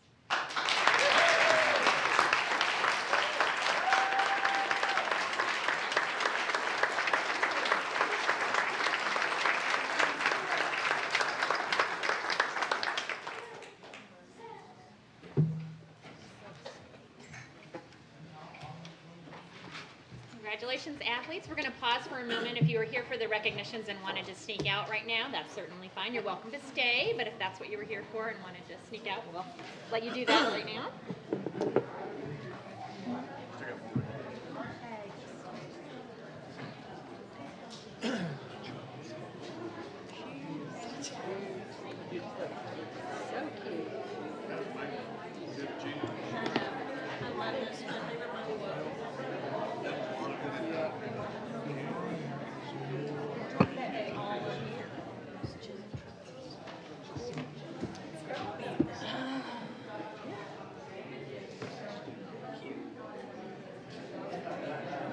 If you want to go ahead and make your way up.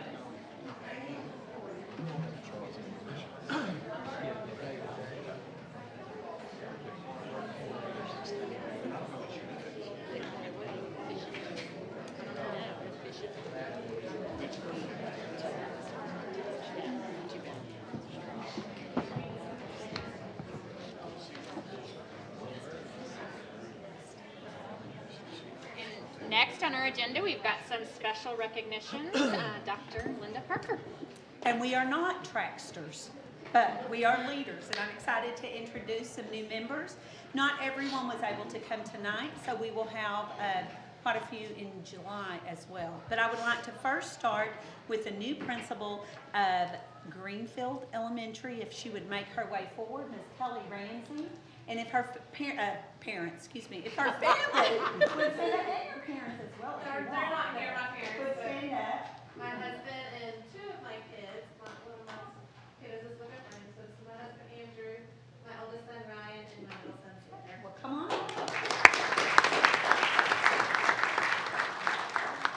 Kelly comes to us after 17 years of experience serving students in Texas public schools. Before joining our district, Mrs. Ramsey worked as an elementary assistant principal in Kennedale, Texas. She came up here and worked for us then as an elementary literacy coach and then moved into the ranks of assistant principal. She's been at Greenfield Elementary as assistant principal, and we're very excited about her new role as the Gator principal. So that's all.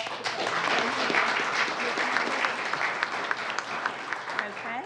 Next on our list is Miss Jamie Morgan. Miss Jamie Morgan comes to us as the new assistant principal at Boswell High School. Come on up, Jamie. You might recognize her. I believe we honored you last week, didn't we, as part of AAI? Or was that, maybe that was 2 years ago and I'm reliving things. She has previous administrative experience having served as assistant principal during summer school intervention in another district. She has 18 years of experience as an advanced academic teacher, having taught pre-AP and AP courses, and has been an AP reader for the National AP government exam for the past 4 years. That's a week of reading essays. That's all I'll say about that. She can handle high school. Mrs. Morgan received a Bachelor of Arts in Political Science from Texas Tech University and her Master's in Educational Leadership from Dallas Baptist University. She is currently working on her doctorate in Educational Leadership with Dallas Baptist University. Jamie Morgan. Thank you.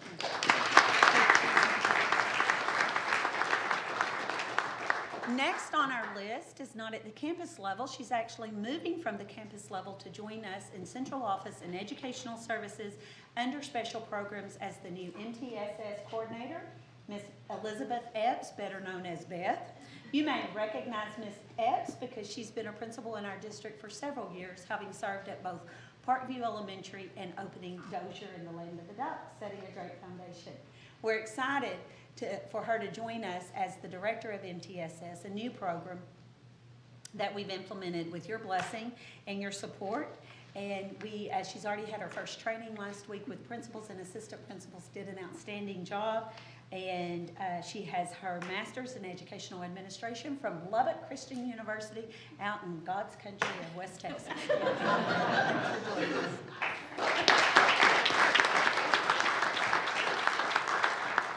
We have another assistant principal here tonight, Heather Smith. Heather, if you would have your family stand there. You don't have to introduce them unless you want, but this is her family. This is my husband Brian, my daughter-in-law Bailey, and my son and Boswell graduate Zachary. Heather Smith is our new assistant principal at Willow Creek Elementary. She has been in education for over 20 years, or for 20 years, correct? Let's not ended at that, but start there, 20 and moving on up. Most recently, she's the lead teacher for 5th grade at Parkview Elementary and assistant STAR test coordinator. She received a Bachelor of Science in Communication Composite from Southern Utah University and a Master's of Education Administration and Policy study from the University of Texas at Arlington. You may think, how are all of those degrees related to elementary? Well, she loves teaching. She's been an elementary teacher for now how long? 20 years, that's right, 20 years, and we're excited to see her as our new assistant principal at Willow Creek Elementary. Thank you,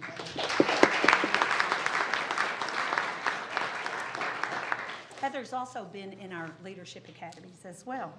Our next assistant principal is Miss Natasha Provo. Would you please stand, introduce your family, and then come on up? Okay, so I have my middle daughter, this is Madeline Provo, she attends Saginaw High School, and my husband, Marlon Provo. Come on up, Miss Natasha.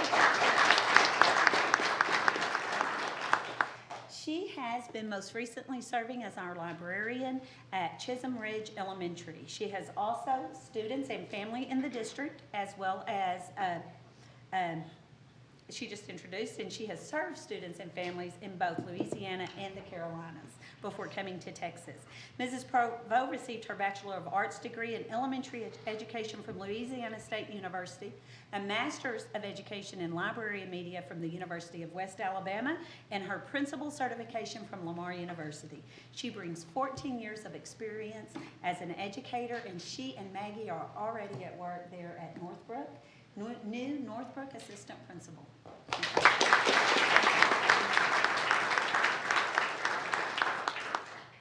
Our next, principal moving up into a new role at central office under the direction of Stacy Summerhill in curriculum and instruction is Miss Susan Cook. Come on down, Susan. Susan has served as principal at Chisholm Ridge Elementary for the past 5 years. Prior to that, she served as assistant principal of Chisholm Ridge and of Remington Point Elementary. Before coming to EMS ISD, she served as a science specialist in ALEAF ISD and consultant for Carolina Biological Supply Company. She has 25 years of experience in education. She holds a master's in elementary education, elementary science curriculum and instruction, and she is our new elementary science curriculum coordinator. There, woo, got that out. Thank you, Susan.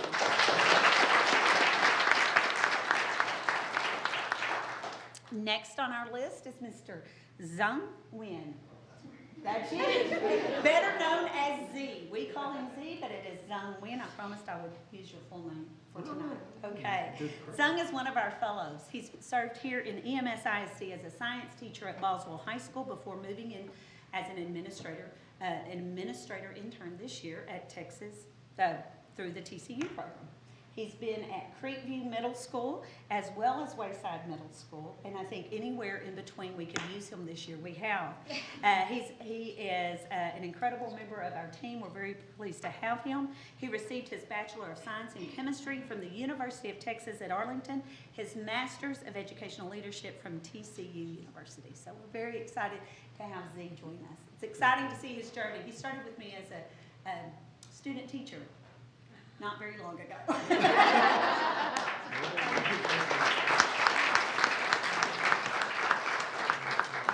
Another TCU fellow intern from this year, I'd like to introduce is Miss Ebony Love. And Ebony, I think your family's here. Would you like to introduce them? This is her support system. It is my support system. This is my wonderful father, Nathan Love, who has supported me and paid for all of my college. And this is my mother, who's also a teacher in the district, and she told me I had to introduce her as well.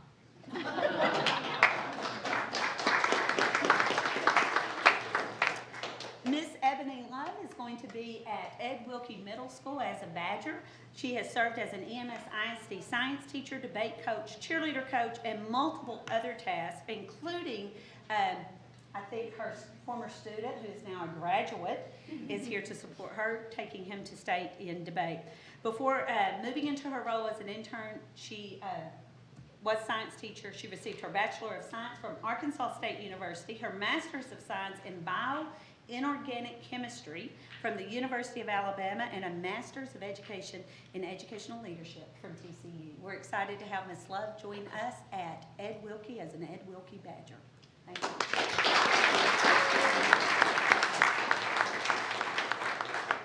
There will be more next month, but we're very proud of these leaders, their dedication to our district, and we're super excited about the opportunities that we have given them because of your leadership and what the great skills and knowledge they bring to our table.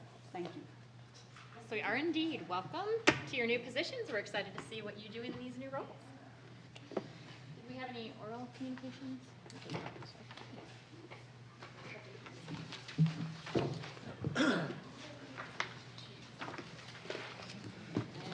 Will move us on to action items. Our first action item this evening is to conduct the federal program public hearing. And I've got something I need to read while Dr. Mary Jones makes her way to the podium. So at this time, on behalf of the Eagle Mountain Saginaw ISD, I declare an open hearing on the status of the federal programs currently serving the needs of students in the district in accordance with state and federal laws regarding rules for school districts on reporting requirements. Okay, good evening, board members and Dr. Chadwell. Just a quick review of our annual application for federal funding. For the 2019-2020 Title I-A entitlement, we will be getting $1,681,592, which is slightly less than what we got last year. What we're going to be doing with that money is also adding 2 additional elementary campuses. So next year we will have 12 Title I schools. We are in the process of getting those campuses trained so that they can be considered school-wide. We also added a Title I parent liaison to help assist us as we work in building parent capacity. In Title II-A, Part A, we will be getting $322,302, which is slightly less than last year, about $11,000 less. Here we're also adding a second early literacy specialists to work in tandem with our early literacy specialists we have now, so that with our 15 elementary schools, we can split those for them to work with. Title III-A, our entitlement is $217,005. That's an increase of a little over $45,000. Title IV-A, our entitlement is $124,534, which is an increase of a little over $21,000. Title I, Part C, the Perkins Grant, our entitlement is $127,105, which is a slight decrease of about $6,000. IDEA B formula funds entitlement is $2,736,206, which is an increase of $128,490. IDEA B preschool program entitlement is $14,172, which is a slight decrease of about $926. Any questions, comments? Okay, at this time, then the hearing is open to public comment, so please step to the podium if you wish to be heard. Seeing none, at this time we will close the public hearing on federal program status for this. And our next action item is to name an architect of record for elementary 17, Mr. Clay Welch. Thank you. As we continue to grow, we need to look at the areas to the north and in the west of our district as far as our elementary growth. We have Lake Point Elementary and Eagle Mountain Elementary that are going to be, one of them has reached capacity, the other one will be shortly reaching that if we don't address those areas. So the first step we need to do would be to name an architect of record for elementary 17. We are happy with the current prototype, the Dozier Copper Creek model. And so we would like to recommend Huckabee to continue that. And at the Lake Country Estate site, which is, we've already named, the board has named Lake Country Elementary. And that would be a projected 2021 opening, which means we'd start construction in March. Tonight we have Chris Huckabee in the audience with us. I move we approve Huckabee, Inc. as the architect of record for elementary 17. Second. Motion by Donna and a second by, I think, Tim. Is there any comment? If not, all those in favor? Any opposed? And there are none. Motion carries. So, 6-0. Our next bid and proposal, we have a couple, Mr. Jim Sheely. And we'll start with the extension of contracted therapy and other related services. The first one is located on page 165 of your packet. It's to extend the proposal for contracted therapy and other related services.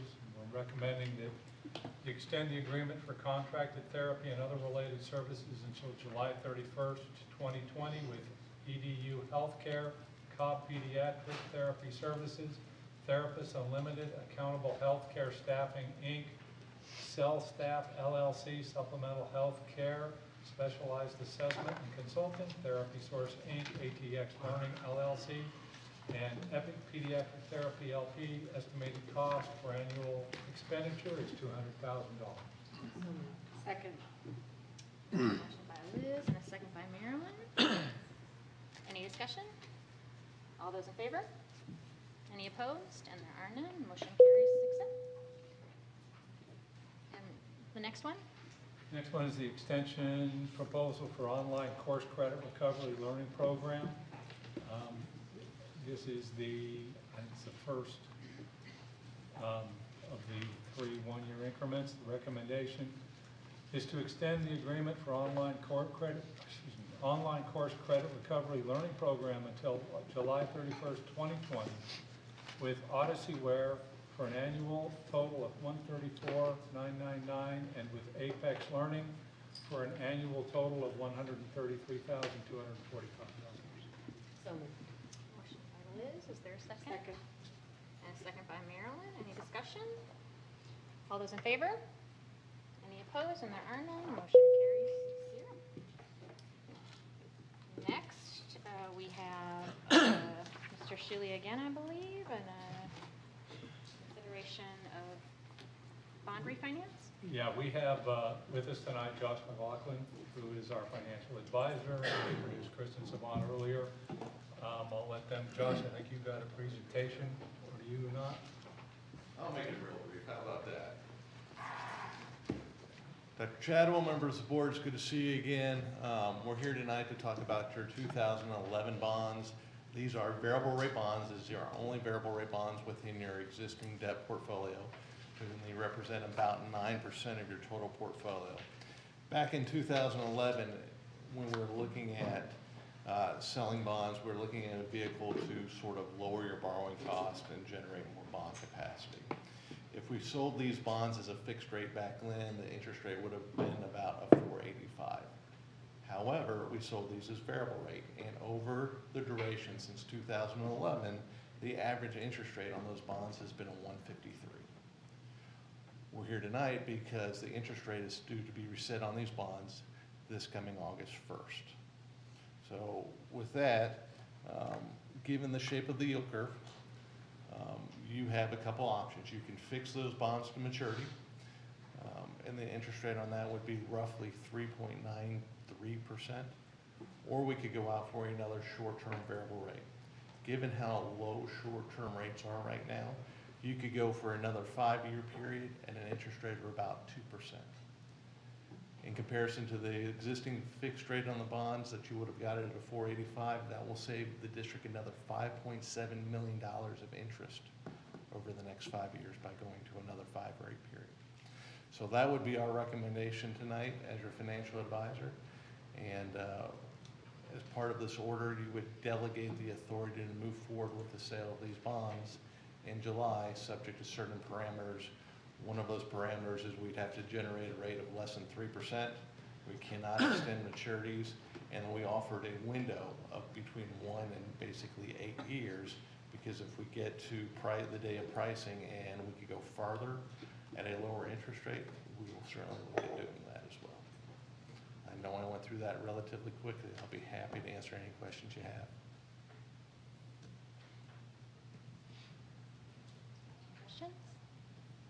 I make a motion that the Board of Trustees approve the order authorizing the remarketing of Eagle Mountain Saginaw Independent School District Variable Rate Unlimited Tax School Building Bond Series 211, amending certain terms of the order authorizing the issuance of bonds, delegating to the authorized officer the authority to approve the remarketing of the bonds, including approving a remarketing agreement and reoffering memorandum that is establishing certain parameters for the approval of such matters. I have a motion by Tim and a second by Liz. Is there any discussion? Seeing none, all those in favor? Any opposed? There are none. So motion carries 6-0. All right, next we have act on the purchase of network equipment. I make a motion to award the purchase of network equipment and switches and wireless access points equipment for Marine Creek Middle School to Global Asset for a total cost of $422,620. Second. I have a motion by Tim, a second by Donna. Any discussion? Seeing none, all those in favor? Any opposed? And there are none. Motion carries 6-0. And then next we have also act on purchase of network security service platform district-wide. I make a motion to award the purchase of network security services platform district-wide to Global Asset for a total cost of $395,924. Second. Motion by Tim, second by Donna. Any discussion? All those in favor? Any opposed? There are none. Motion carries 6-0. And that finishes off our action items. We did not finish reports in the earlier section, so we're going to go back and cover those now. And next on the agenda would have been the operations report. Mr. Welch.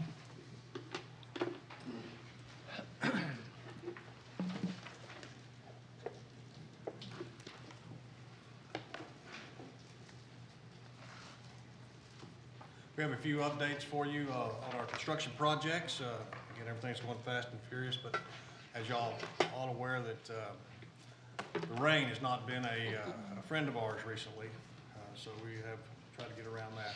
But Marine Creek Middle School is closing up, and we're ready to still turn the keys over on July the 8th to the campus principal. So we have the main marquee up on the front of the road. The electronics have also been installed on this item. And then we put in the parking lots, the LED lighting. You have a picture of the flagpole that's been installed. And then some of the landscaping up in the front area of the school.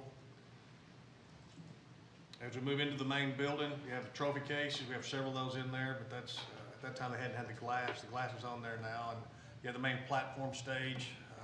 The wood, when you actually see that in person, is a very rich color. It's very pretty.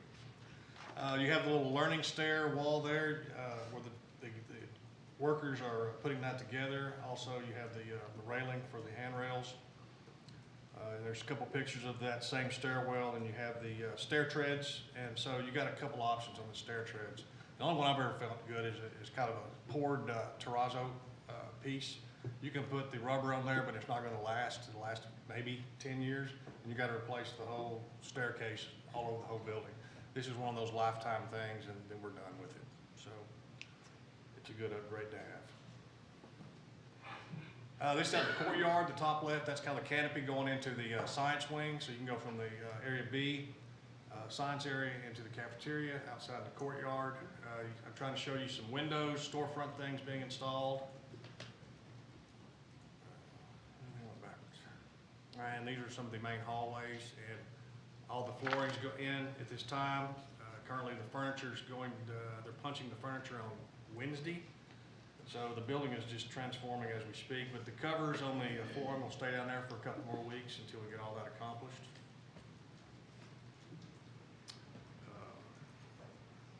And then that's some flooring in the collaborative areas, the media center, a little bit different style of carpet.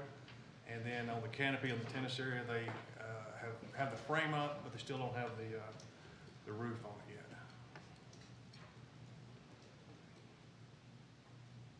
And then we're looking at the, this is the gentleman on the top left, that is the area they're framing up for the show where the new admin will be located, and also the bus loop. So that was an ad that y'all approved.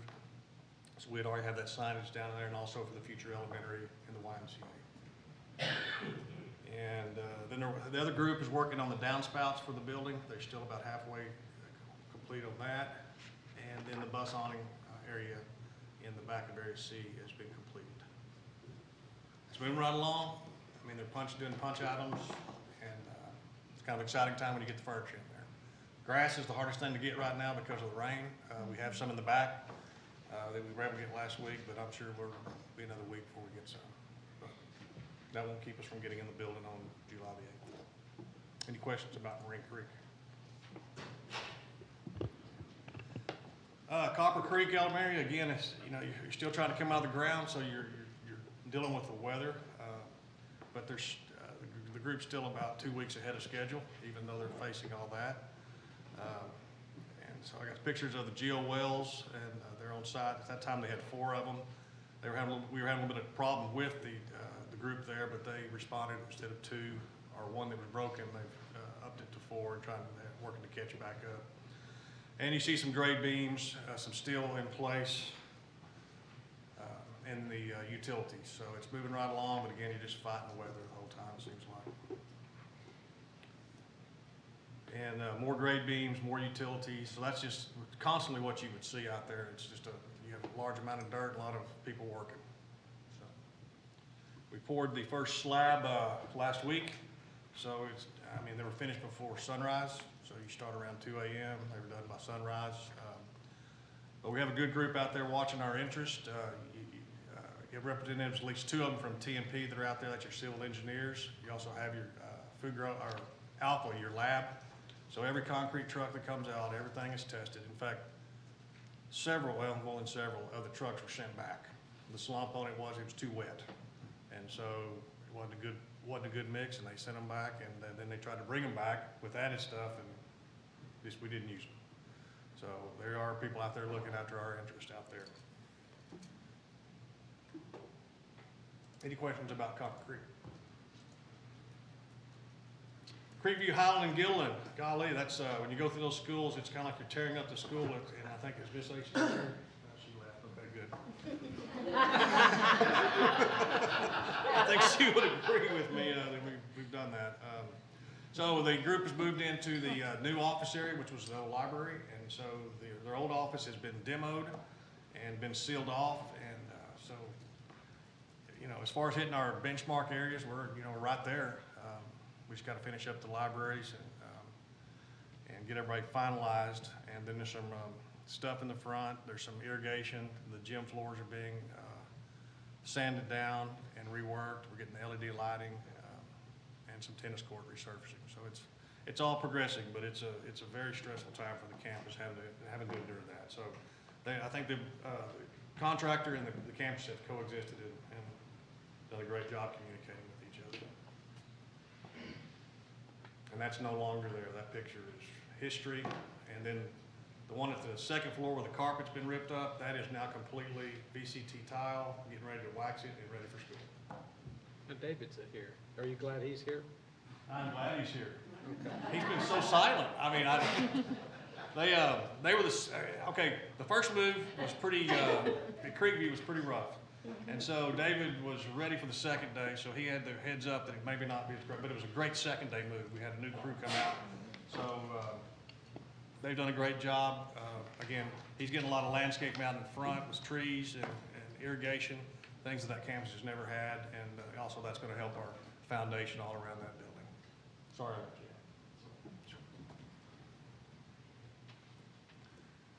And then there's Gilliland's carpet.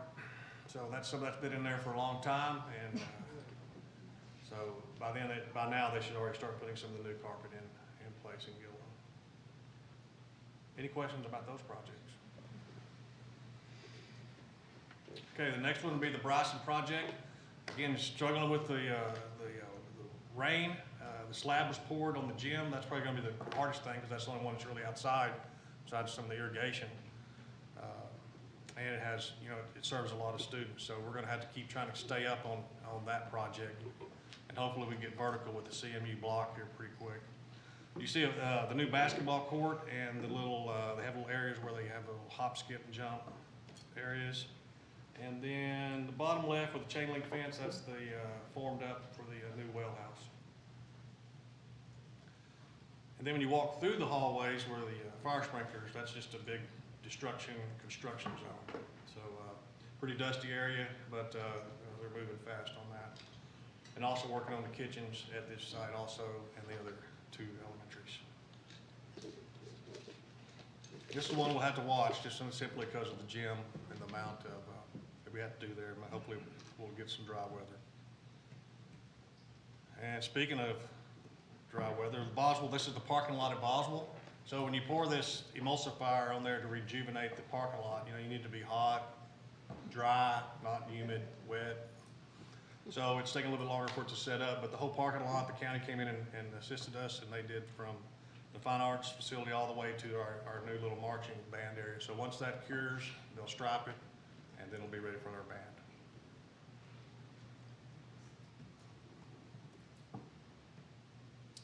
Also at Boswell, we have the Hellas project. Again, I think they're defeating a lot of the weather. They've stayed on schedule. The biggest thing that we have to deal with is on the auxiliary field, the drainage system underneath there. We're going to have to replicate that because there's a big rock shelf there. We can make sure that water still continues to move outside of our field and don't get in there and mess up the subgrade on that. But we're working with TMP and Hellas to have a solution for that. And that's what you see on the bottom, right where the big machinery is. That's the auxiliary field, I believe. Again, still on schedule, August 1st for the main field and the auxiliary field. Any questions on Hellas parking lot? And this is some other progresses, things, the security upgrade, guys. When you're dealing with 18 schools and you have certain amount of projects that you're doing in some of them and some of them you're not, such as cameras, that's kind of, you just keep going down the list, but then some of them you may be just putting a door in, some access. So it's really typically hard just to go and mark off these two schools and do those first. So when their equipment comes in, their locks, their hardware, they move from school to school. And Mark's been working with those to make sure that they stay on course and they have what they need. So we feel still good about that one, but it's just such a massive project. Shade structure still in the same spot, waiting on those to come in, and we're still waiting on additional quotes from on the tennis courts at Boswell and Saginaw. And same thing, kind of with Watson's, kind of same thing as we had last month. And I given you an update on the Lake Country site. We're signing in the next 2 days on that piece of property. And in the central office project, we met with the VOK, went over the workspaces and the possible staff flow patterns. And then we've also had discussions with the leadership of how that might look, also talking about the surveys that were given to all the staff. So just kind of just taking that all in and coming up with a plan for that. And then the Boswell Athletic is kicking off, I have in June, but it's actually tomorrow, or Wednesday. We're going to kick off a meeting there and kind of set a schedule for that and get that designed. And BOK is doing that project for us. Any questions on any construction? The next thing, I was gonna say, you also have an Yeah. attendance zone update for us? The next report I have is just an elementary attendance zone modification. And it's one that we did several years ago with Dozier. There's a small housing development. At that time, it was zoned commercial. So when it's a commercially zoned area, I really wasn't worried about any students living there. But in the deed restrictions, it had to be single family. There was a mistake that they made, so they went back and brought the proper zoning, and now that's under construction as far as the roads coming in. So before we get families that move in there, I think it'd be wise that we align that with our high school and middle school feeder patterns. And if we just, right now they are zoned for Dozier, but they need to be zoned in the Boswell feeder pattern and the Creepy feeder pattern, where I'd recommend that they go. And I will do that before, and we'd come back next month with it, and that would happen before any students ever, or any homes would even be in that area.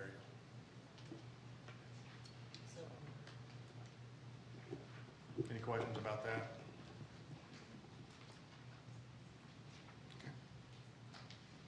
Thank you, please. Then I think we have a couple reports from the Human Resources area. Dr. Deborah Dawkins, starting with the annual compensation study.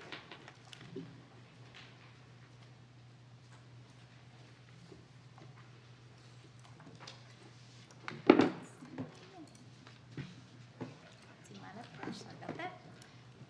Vice President Ring, members of the board, Dr. Chadwell, just wanted to come to you tonight with our annual compensation study.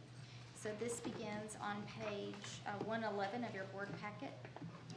On 112, I have shared with you the goals of the study and the purpose of our study, and just want to highlight those for everyone in our audience as well. And so this is an opportunity for us to objectively examine our district salaries, and we spend quite a bit of time all year long conducting this study. It's really, the goal is so that we're internally fair with our current employees, but we're also externally competitive as we're recruiting, but then also retaining so that we keep employees. So we do look at our current employee pay with those of our comparison districts, and I'll get into that shortly. Any existing pay inequities among our employees. And we also, this year, of course, working with Mr. Shealy and our leadership team on the provisions of House Bill 3 and the legislative session and all that entails this year. Again, I've already mentioned the competitiveness, and then to develop some options for you as a board looking for on salary increases. Market comparisons, if you'll look, these are our Region 11 districts that we use to look at our competitive markets. And these are districts with 10,000 or more enrollment. And I like to think of these as kind of our neighbors who potentially could, pull our employees, or who we're competing with in the marketplace. So when we refer to our market comparison, that's who we look at. So on the next page, if you look at 113, at your seats, I've provided an updated salary pay scale for you, looking over the last 9 years that included 18-19. So you can see that we have made gains, and that's with your support. And this is 0-year teacher salary, so you can really see how many gains we've made, especially from 2009 at starting salary 46 to 53. So that's exciting to remain competitive with our districts. On the following, if you'll look at page 114 in your board packet, it shows our year marks that we look at really for competitiveness with our neighbors. Again, we track 0, 5, 10, 15, 20, 25, and 30. It shows where we are in comparison to that. I did want to point out that on year 0, if you take a look, the way that that's done, we also work, UEA also provides us, if you remember, they will give us that snapshot of the Metroplex, which is extremely helpful for us, and that also helps us in preparing for the next year. In year 0, the way that it's ranked is if you have several salaries that are the same, then they put them in alpha order. So actually, if you look, if we were in alpha order, we would be ranked 10 technically by alpha order, but if you can see, there's multiple districts that all started at 53,000 like us. So we're all really vying for the 8th spot, if you will, in that list. So I wanted you to see that if we had put us in alpha order, it would look like we came in 10th, but actually we're competing, all vying for that eighth spot there for competitiveness. But you can see across the board, and then also we made great gains and really made a big focus on honoring our staff members, especially that have been with us for the 25 and 30 year competing in that market. The following page on 115 shows how we ranked, just really if you look from 2014 to 18, how we're moving up in our years there. So that's just a snapshot of that. You have had this information. I know Mr. Shealy shared this. This is just a summary of what we're considering as we look at our salary study on the House Bill 3, the provisions of that we need to take into consideration as we're looking at the salary increases for teachers and other than employees other than administrators. The page 117 in your packet, this is the market salary comparison, and there's actually three pages to this. And so I wanted to share with you, so this is our market, again, goes back to our Region 11 group. That's our market comparison that we used for the study. And I wanted to point out the titles that are listed we do the market comparison through TASB. So the titles that are listed are TASB titles, not necessarily our titles for a position. So the salary that is reported in the EMS column, it aligns to a title most closely to that of TASB and the job responsibilities. So it's not necessarily an apple-to-apple comparison. It is as close as we can get to a position that mimics the one that they're reporting, because all of the districts report if they have that. So I wanted, when you see the first column, I do want to point out number of districts. That's a number of districts that report that they have that title or a similar title. So you can see, and going back, we have 13 districts that we look at. So for instance, like if not all of them have an accountant that's degreed, so then they don't report that salary because they don't have anyone in that position to report. And we also made adjustments over here to look at our daily rate, and so we're really averaging our comparison daily rate to daily rate because the days of the average duty days don't necessarily align with our district days as well. And so we spend time looking at our percentage to the market, and when we look at our percentage to the market, we really dive deep to look at what is the title and responsibilities of the district's reporting, and how does that align with our title specifically. I'll point out one, we don't have Chief Technology Officer, that's one. We have a Director of Technology. Dr. Parker supervises that, but if we reported that as chief, she's deputy superintendent, so we reported her under deputy superintendent. So if that kind of gives you an idea about where we try to do kind of, kind of a best guess to try to look at a target market. But again, they don't align exactly with TASB. When we dive deeper though to look at the equity adjustments, and I worked with Dr. Chadwell on that, we really break that down and we begin even calling districts. So we move well beyond the information that we get from the TASB study when we're looking at equity adjustments and even groups of people in our employees for getting our salaries to be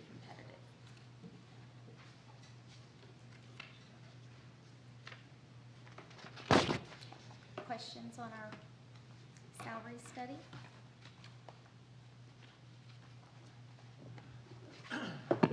Oh, I'm sorry. Okay. See that you had them. Yes. One comment. Yes, sir. Just for example, I always like to see us pay our people as good as we can pay them. Right. And, it obviously takes money, but for example, I think we need to really keep working on those positions that are well below the 90% of market range. For example, the general maintenance, 82%. That's, Yes. you know, to me, I know that's not a onesie type thing where you can just give one person, but as a general rule of thumb, Right. you know, we've done pretty well through most of our positions, but, you know, that's just, there's 3 or 4 probably through here, but Right. that's one of the most glaring ones. Right. You know, for us to keep quality people, you know, we're gonna have to compete better than 82% of the market to keep those people. Definitely. And we did make equity adjustments in that group last year, but again, that would be something that I've been visiting with Mr. Shealy about as well, and Dr. Chadwell on that. on the market. We looked at that with our equity adjustments, but obviously other people did too, because. That's right. I think we're at about 82 last year too, even with the Right. increases we made. We did But, increases for every one of those. Maybe we Yeah. work Yeah, on it. some we're gonna more. have to. Right. Well, and we're competing, you know, we're competing for people with skills, you know. There's a your few areas. HVAC, your plumbers, your, I mean. Yeah, there's 2 factors that affect us, one's being fast growth. And so you have key positions in areas where other districts like us, we have to really look at the next size of school district. And then there's some, such as general maintenance, that's really affected by the market and really the ample number of jobs that are available. So it's something we really have to keep on. Any other comments or questions? Then I think you have another report for us on Thank you. staffing proposal number 3. Number 3, yes, please. So I've identified, worked with our leadership team in recommending additional positions for consideration, and I wanted to go over those if I could. The first one would be this is a transition period. It's asking for a budget item for a chief financial officer in planning for a future potential retirement in that area. That's not one that we would definitely, you know, post and hire in 2 weeks and then transition. That's really going to be a process in that, and so consideration, have a budget item as we plan a transition plan over the next school year.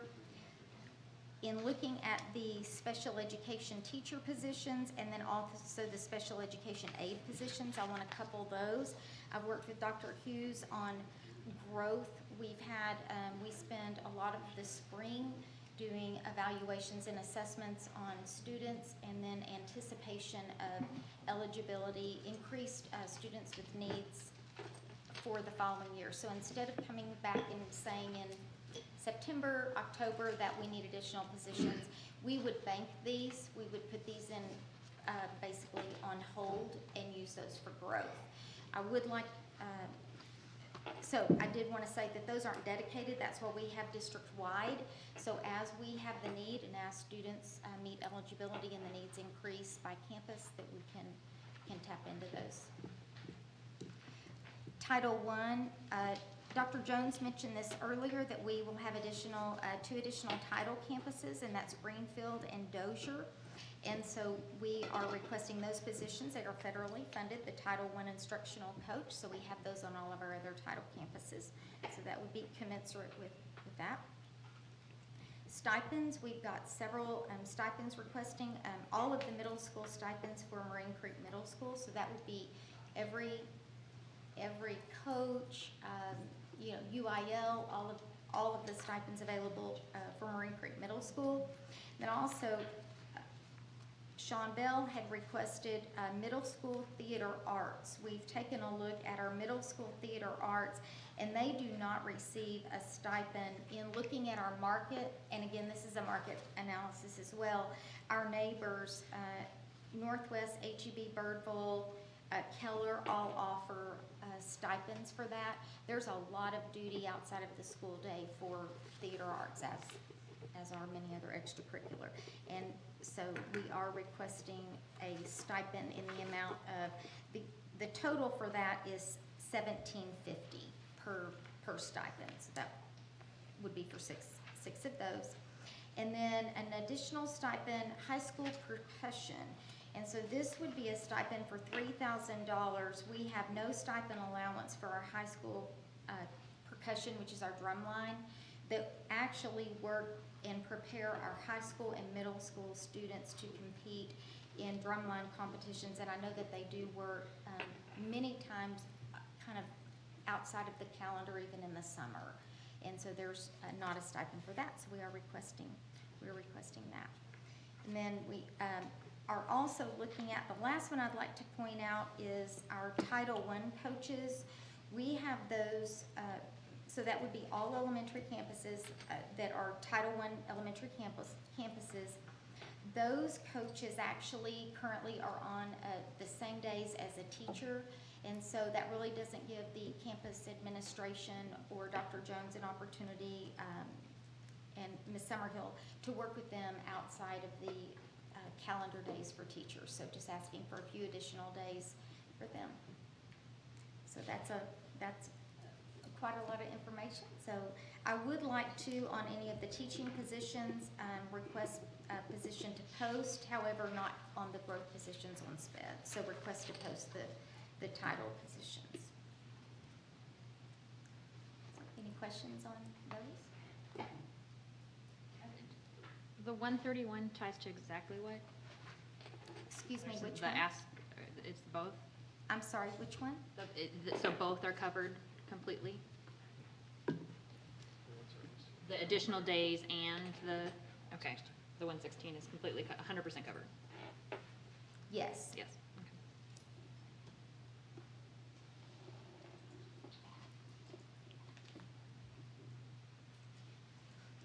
Questions or comments? Sandy, so thank you.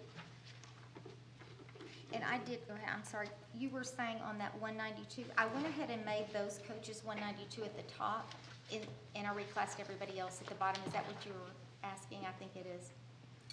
Gotcha. Okay, thank you.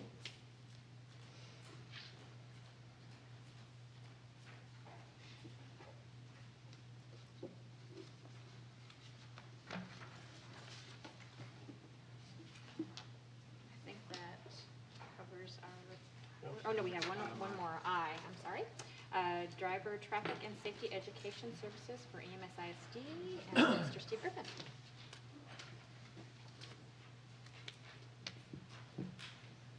Hello, members of the board. Good to see you all this evening, and pleased to bring you some information about our driver's ed program and some things that we've been thinking about the last several months.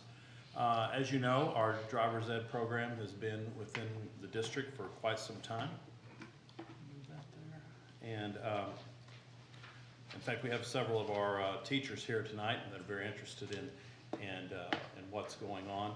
But we've had a long tradition of teaching driver's ed in our district for many, many years. Generally been based out of Boswell. However, we've had a Saginaw program for quite a few years, and we teach driver's ed, and we are successful in getting over 300 kids every year certified to drive. It's weird that that's not doing what this is doing. So we provide driver's ed to students at Chisholm Trail. They would go to the Boswell program, or they could go to the Saginaw program. So we've covered the district with kids that are interested in taking driver's ed, and we've done it at a relatively low cost. It's one of the things that has been probably a prideful thing for our district, is that kid can take driver's ed and it be at a generally low cost, and it's been convenient for them to not have their parents have to drive some other place, and they could drive in our own community, and working around summer athletic competitions or during the school year to do it early of a morning. And it's been something that has been successful. We have our instructors are a mix of former employees, which they do a great job of teaching our classes and driving our students, is how we have staffed the program to this point.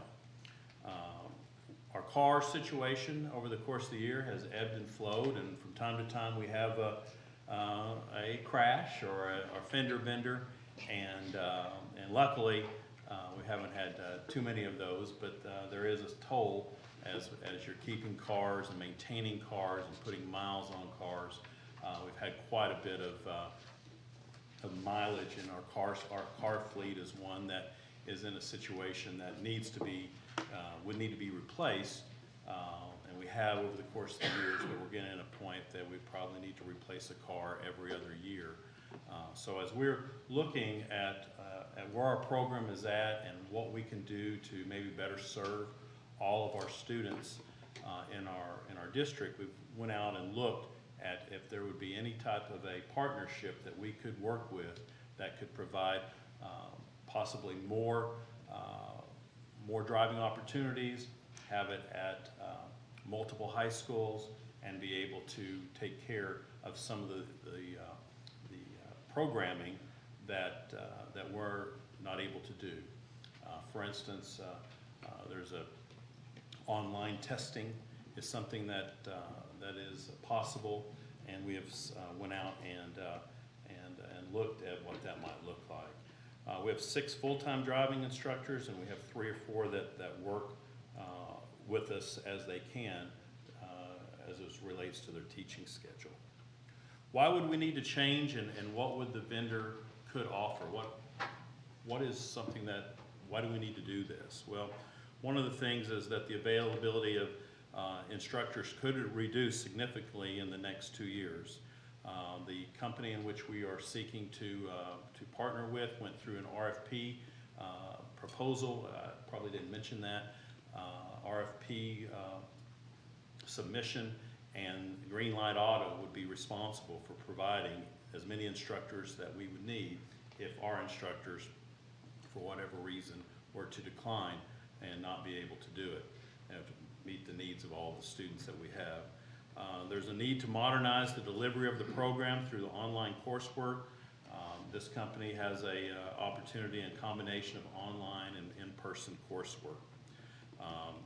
Greenlight can also provide online scheduling. Greenlight can also provide opportunity for kids to take the driving test. They, I don't know if it's called a permit, but they have the ability to have the driver's test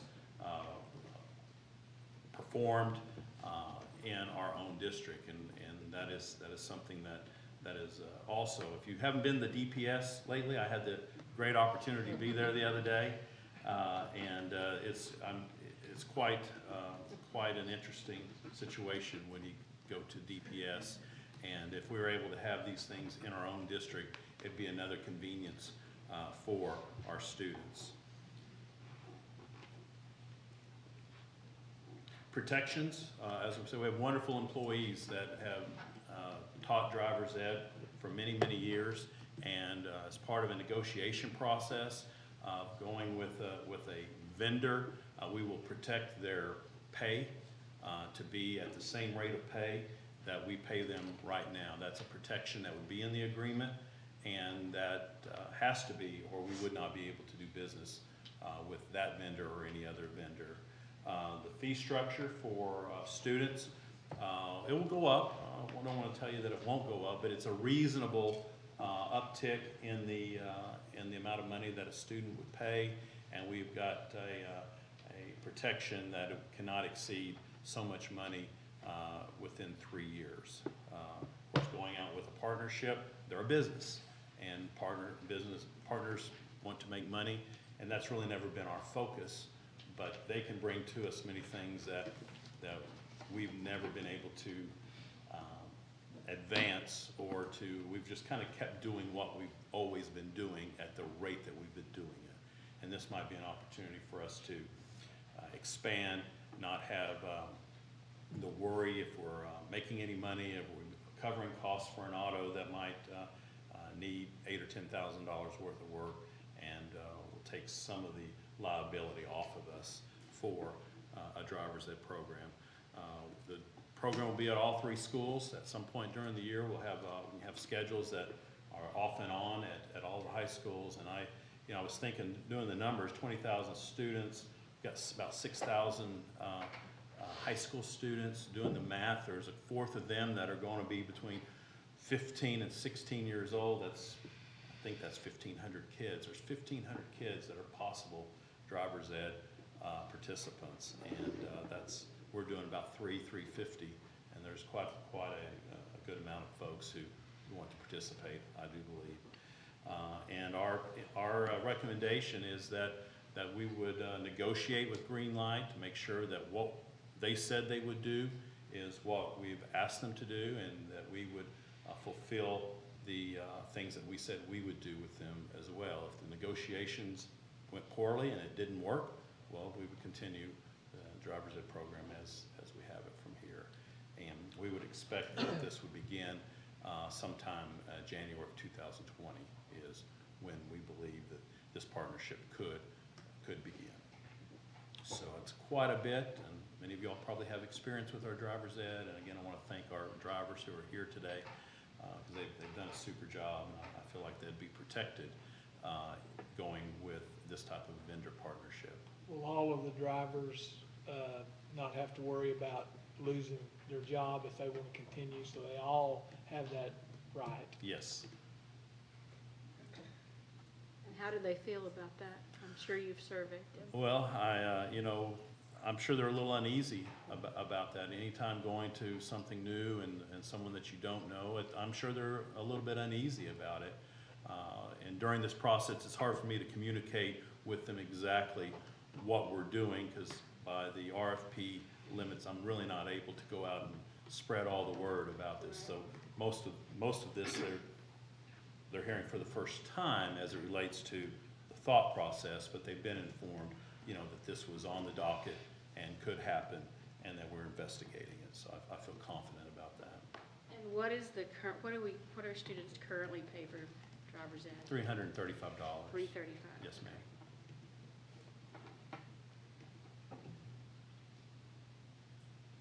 And are these the 2020 prices that we'd be looking at here? Yes, ma'am. And would we have kept ours there, or would it have been going up this year? If we did it in. We probably would have kept it the same. Our motive has never been to make money. We've generally covered our costs. But, it's never, I always think about the soft costs of that, of oil, and the time that it takes for someone to change a tire or take something from there. It's never been, something that we could guarantee that our profit would be, 10 or 12% of what we're charging the students. And the testing piece, because I do think kids go outside of the district today so they can take that test locally now. A lot of kids do that, and so I think that would be a plus to the district. But did they have somebody certified that comes in and does that, or would our existing teachers need a different type of certification to do that? I mean, are we? Well, I think they would be, the training would go through Greenlight for them to be able to offer that through Greenlight. I've got, remember, I don't know if we do have the Greenlight representative here. He might be someone that can answer that question if it's pertinent. I don't know for sure. Well, it might be just to our existing teachers that they wouldn't be qualified to do something under the new circumstance. Do you understand my question about that testing piece? Are you? They currently, as is, they would not be able to do DPS road testing. That is a certification process that we could go through to become a DPS tester. So your thought would be that they would just teach the class and somebody else from your organization would come in and just offer that test, so they'd still get the full service product, and they wouldn't be not allowed to they'd still be able to teach. Correct, but after some training and certification and time, then they can become certified. And that's all DPS regulations, so it doesn't really have anything to do with what we require, it's what the DPS requires. But I can see that some of our existing teachers might not want to go through that process and actually do the testing too. So, yeah, they wouldn't have to. You have a solution that they could still teach, and then somebody from your organization would test. Any other questions, comments? Okay, thank you for that report. And thank y'all for being here to answer questions. Next, we have routine monthly reports. Those were in your packet. Did anybody have any questions or items you needed addressed on those? Look like it. So we can move into a review of the board planning calendar. Dr. Schwartz. All right, page 299 of your packet. We have a few action items there. One is to set the special meeting for the superintendent appraisal and contract. I will bring you some dates for your consideration for that. That's also in tandem with the annual mid-year evaluation as well. We'll also set the public meeting to discuss the 2019-20 budget and proposed tax rate and act on bids proposals. As always, if you have something that you'd like to see on the agenda, please let Dr. Chadwell know prior to next month's meeting. Otherwise, that will be the outline for the agenda. And then that moves us into the consent agenda. Do you have Make a motion to approve the consent agenda. Second. A motion by Tim and a second by Donna to approve the consent agenda. Any comments? All those in favor? Any opposed? There are none. Consent agenda is approved, 6-0. Did you have a comment? No. And then board president's announcements. Since we don't have a board president tonight, I'm acting in that role as vice president. So the only announcement I had was we've got the VLK dinner on Thursday night for those of you that are signed up to attend. And then also summer leadership. This year it's Thursday through Saturday, which is a change. Normally it's Friday through Sunday, so just be aware of that change if you're signed up to go. And then we'll move on to superintendent's announcements. All right, I'm sorry. Thursday is only you want to attend a pre-leadership class. No, that's Wednesday. No, It's that's Wednesday. Wednesday. Becky, they actually changed it to Thursday full class. Yes, that's correct. So on page 357 of your packet, there's a schedule there. TASB's mentioned, obviously, is the first item. Also want to point out Marine Creek Middle School dedication ceremony is at 5 o'clock on August the 5th. We have a new hire orientation starting that day as well. We have Back to School Bash on August the 10th. That'll start early in the morning at Tarrant County College. Last year we served around 1,700 kids or more. I forget the exact number, but it was 1,600 students that we served with backpacks and also a lot of other services. That afternoon, right afterwards, is the All Pro Dads program, so that's going to work in tandem with that event. You'll also see a few other items there, such as the convocation on August 12th. That'll be also in tandem with the EMS Community Business Fair. Just a couple of other quick announcements I want to acknowledge. I have some students from the TCU doctoral program here today. They're grading us and evaluating us, and so we'll debrief after the meeting, so that'll be fun. I get to hear how I did. Maybe they'll give me a grade. We'll see. But anyway, I appreciate them being here today and enjoyed starting those classes here a couple weeks ago. Also, I want to acknowledge Nika Davis, who I didn't tell her I was going to do so, but last Friday I had the opportunity to attend the Texas Association of Secondary School Principals program, their very last day in their workshop, or their summer workshop. And if you don't know, Nika is going to be the incoming president of TASSP, and so we're really happy for her. That's next to her and a whole team of EMS people, sister schools were there to support her, and her parents were there, and her brother was there. It was really great. Her granddaughter was there. And daughter was there. It was a lot of fun. It was definitely a wonderful day for EMS and for Nika and just all of us. So just really appreciate her. There's a lot of work that goes in that, and so it really does take a team to make that possible, because she's going to be traveling the entire state. So she'll help answer the question for me, where is blank in Texas that I've never heard of it before. She'll probably go there and visit it, so that'll be good. Also, from Archie McAfee, the executive director from TASSP, he gave the board a plaque and me, and so I'll share this with you all. I'll pass it around, but it's just an acknowledgement of our appreciation and support ahead of time for Nika, again, for that work that's being done. So again, congratulations. We're really proud of you, and just that'd be great. Thanks. Last thing I have is, as you can tell from tonight, there's a lot that's happening. We're still in two worlds. We're in 1819 and moving to 1920, and it's a very, very exciting time around. We appreciate all your support. We'll be back at the July meeting. If there's anything you need from us, don't hesitate to let us know. I do remind you we have July 4th week is a shutdown week for us, but not for Cleet's smiling because he's not shutting down anything. Even in 2021. Yeah, he's doubling down. He's actually doubling down because we'll be gone. So anyway, that's all I have. Okay, seeing no further business to come before this. I move we adjourn the meeting. Second. Have a motion by Don and a second by Liz to adjourn. All those in favor? Nobody's opposed. We're adjourned.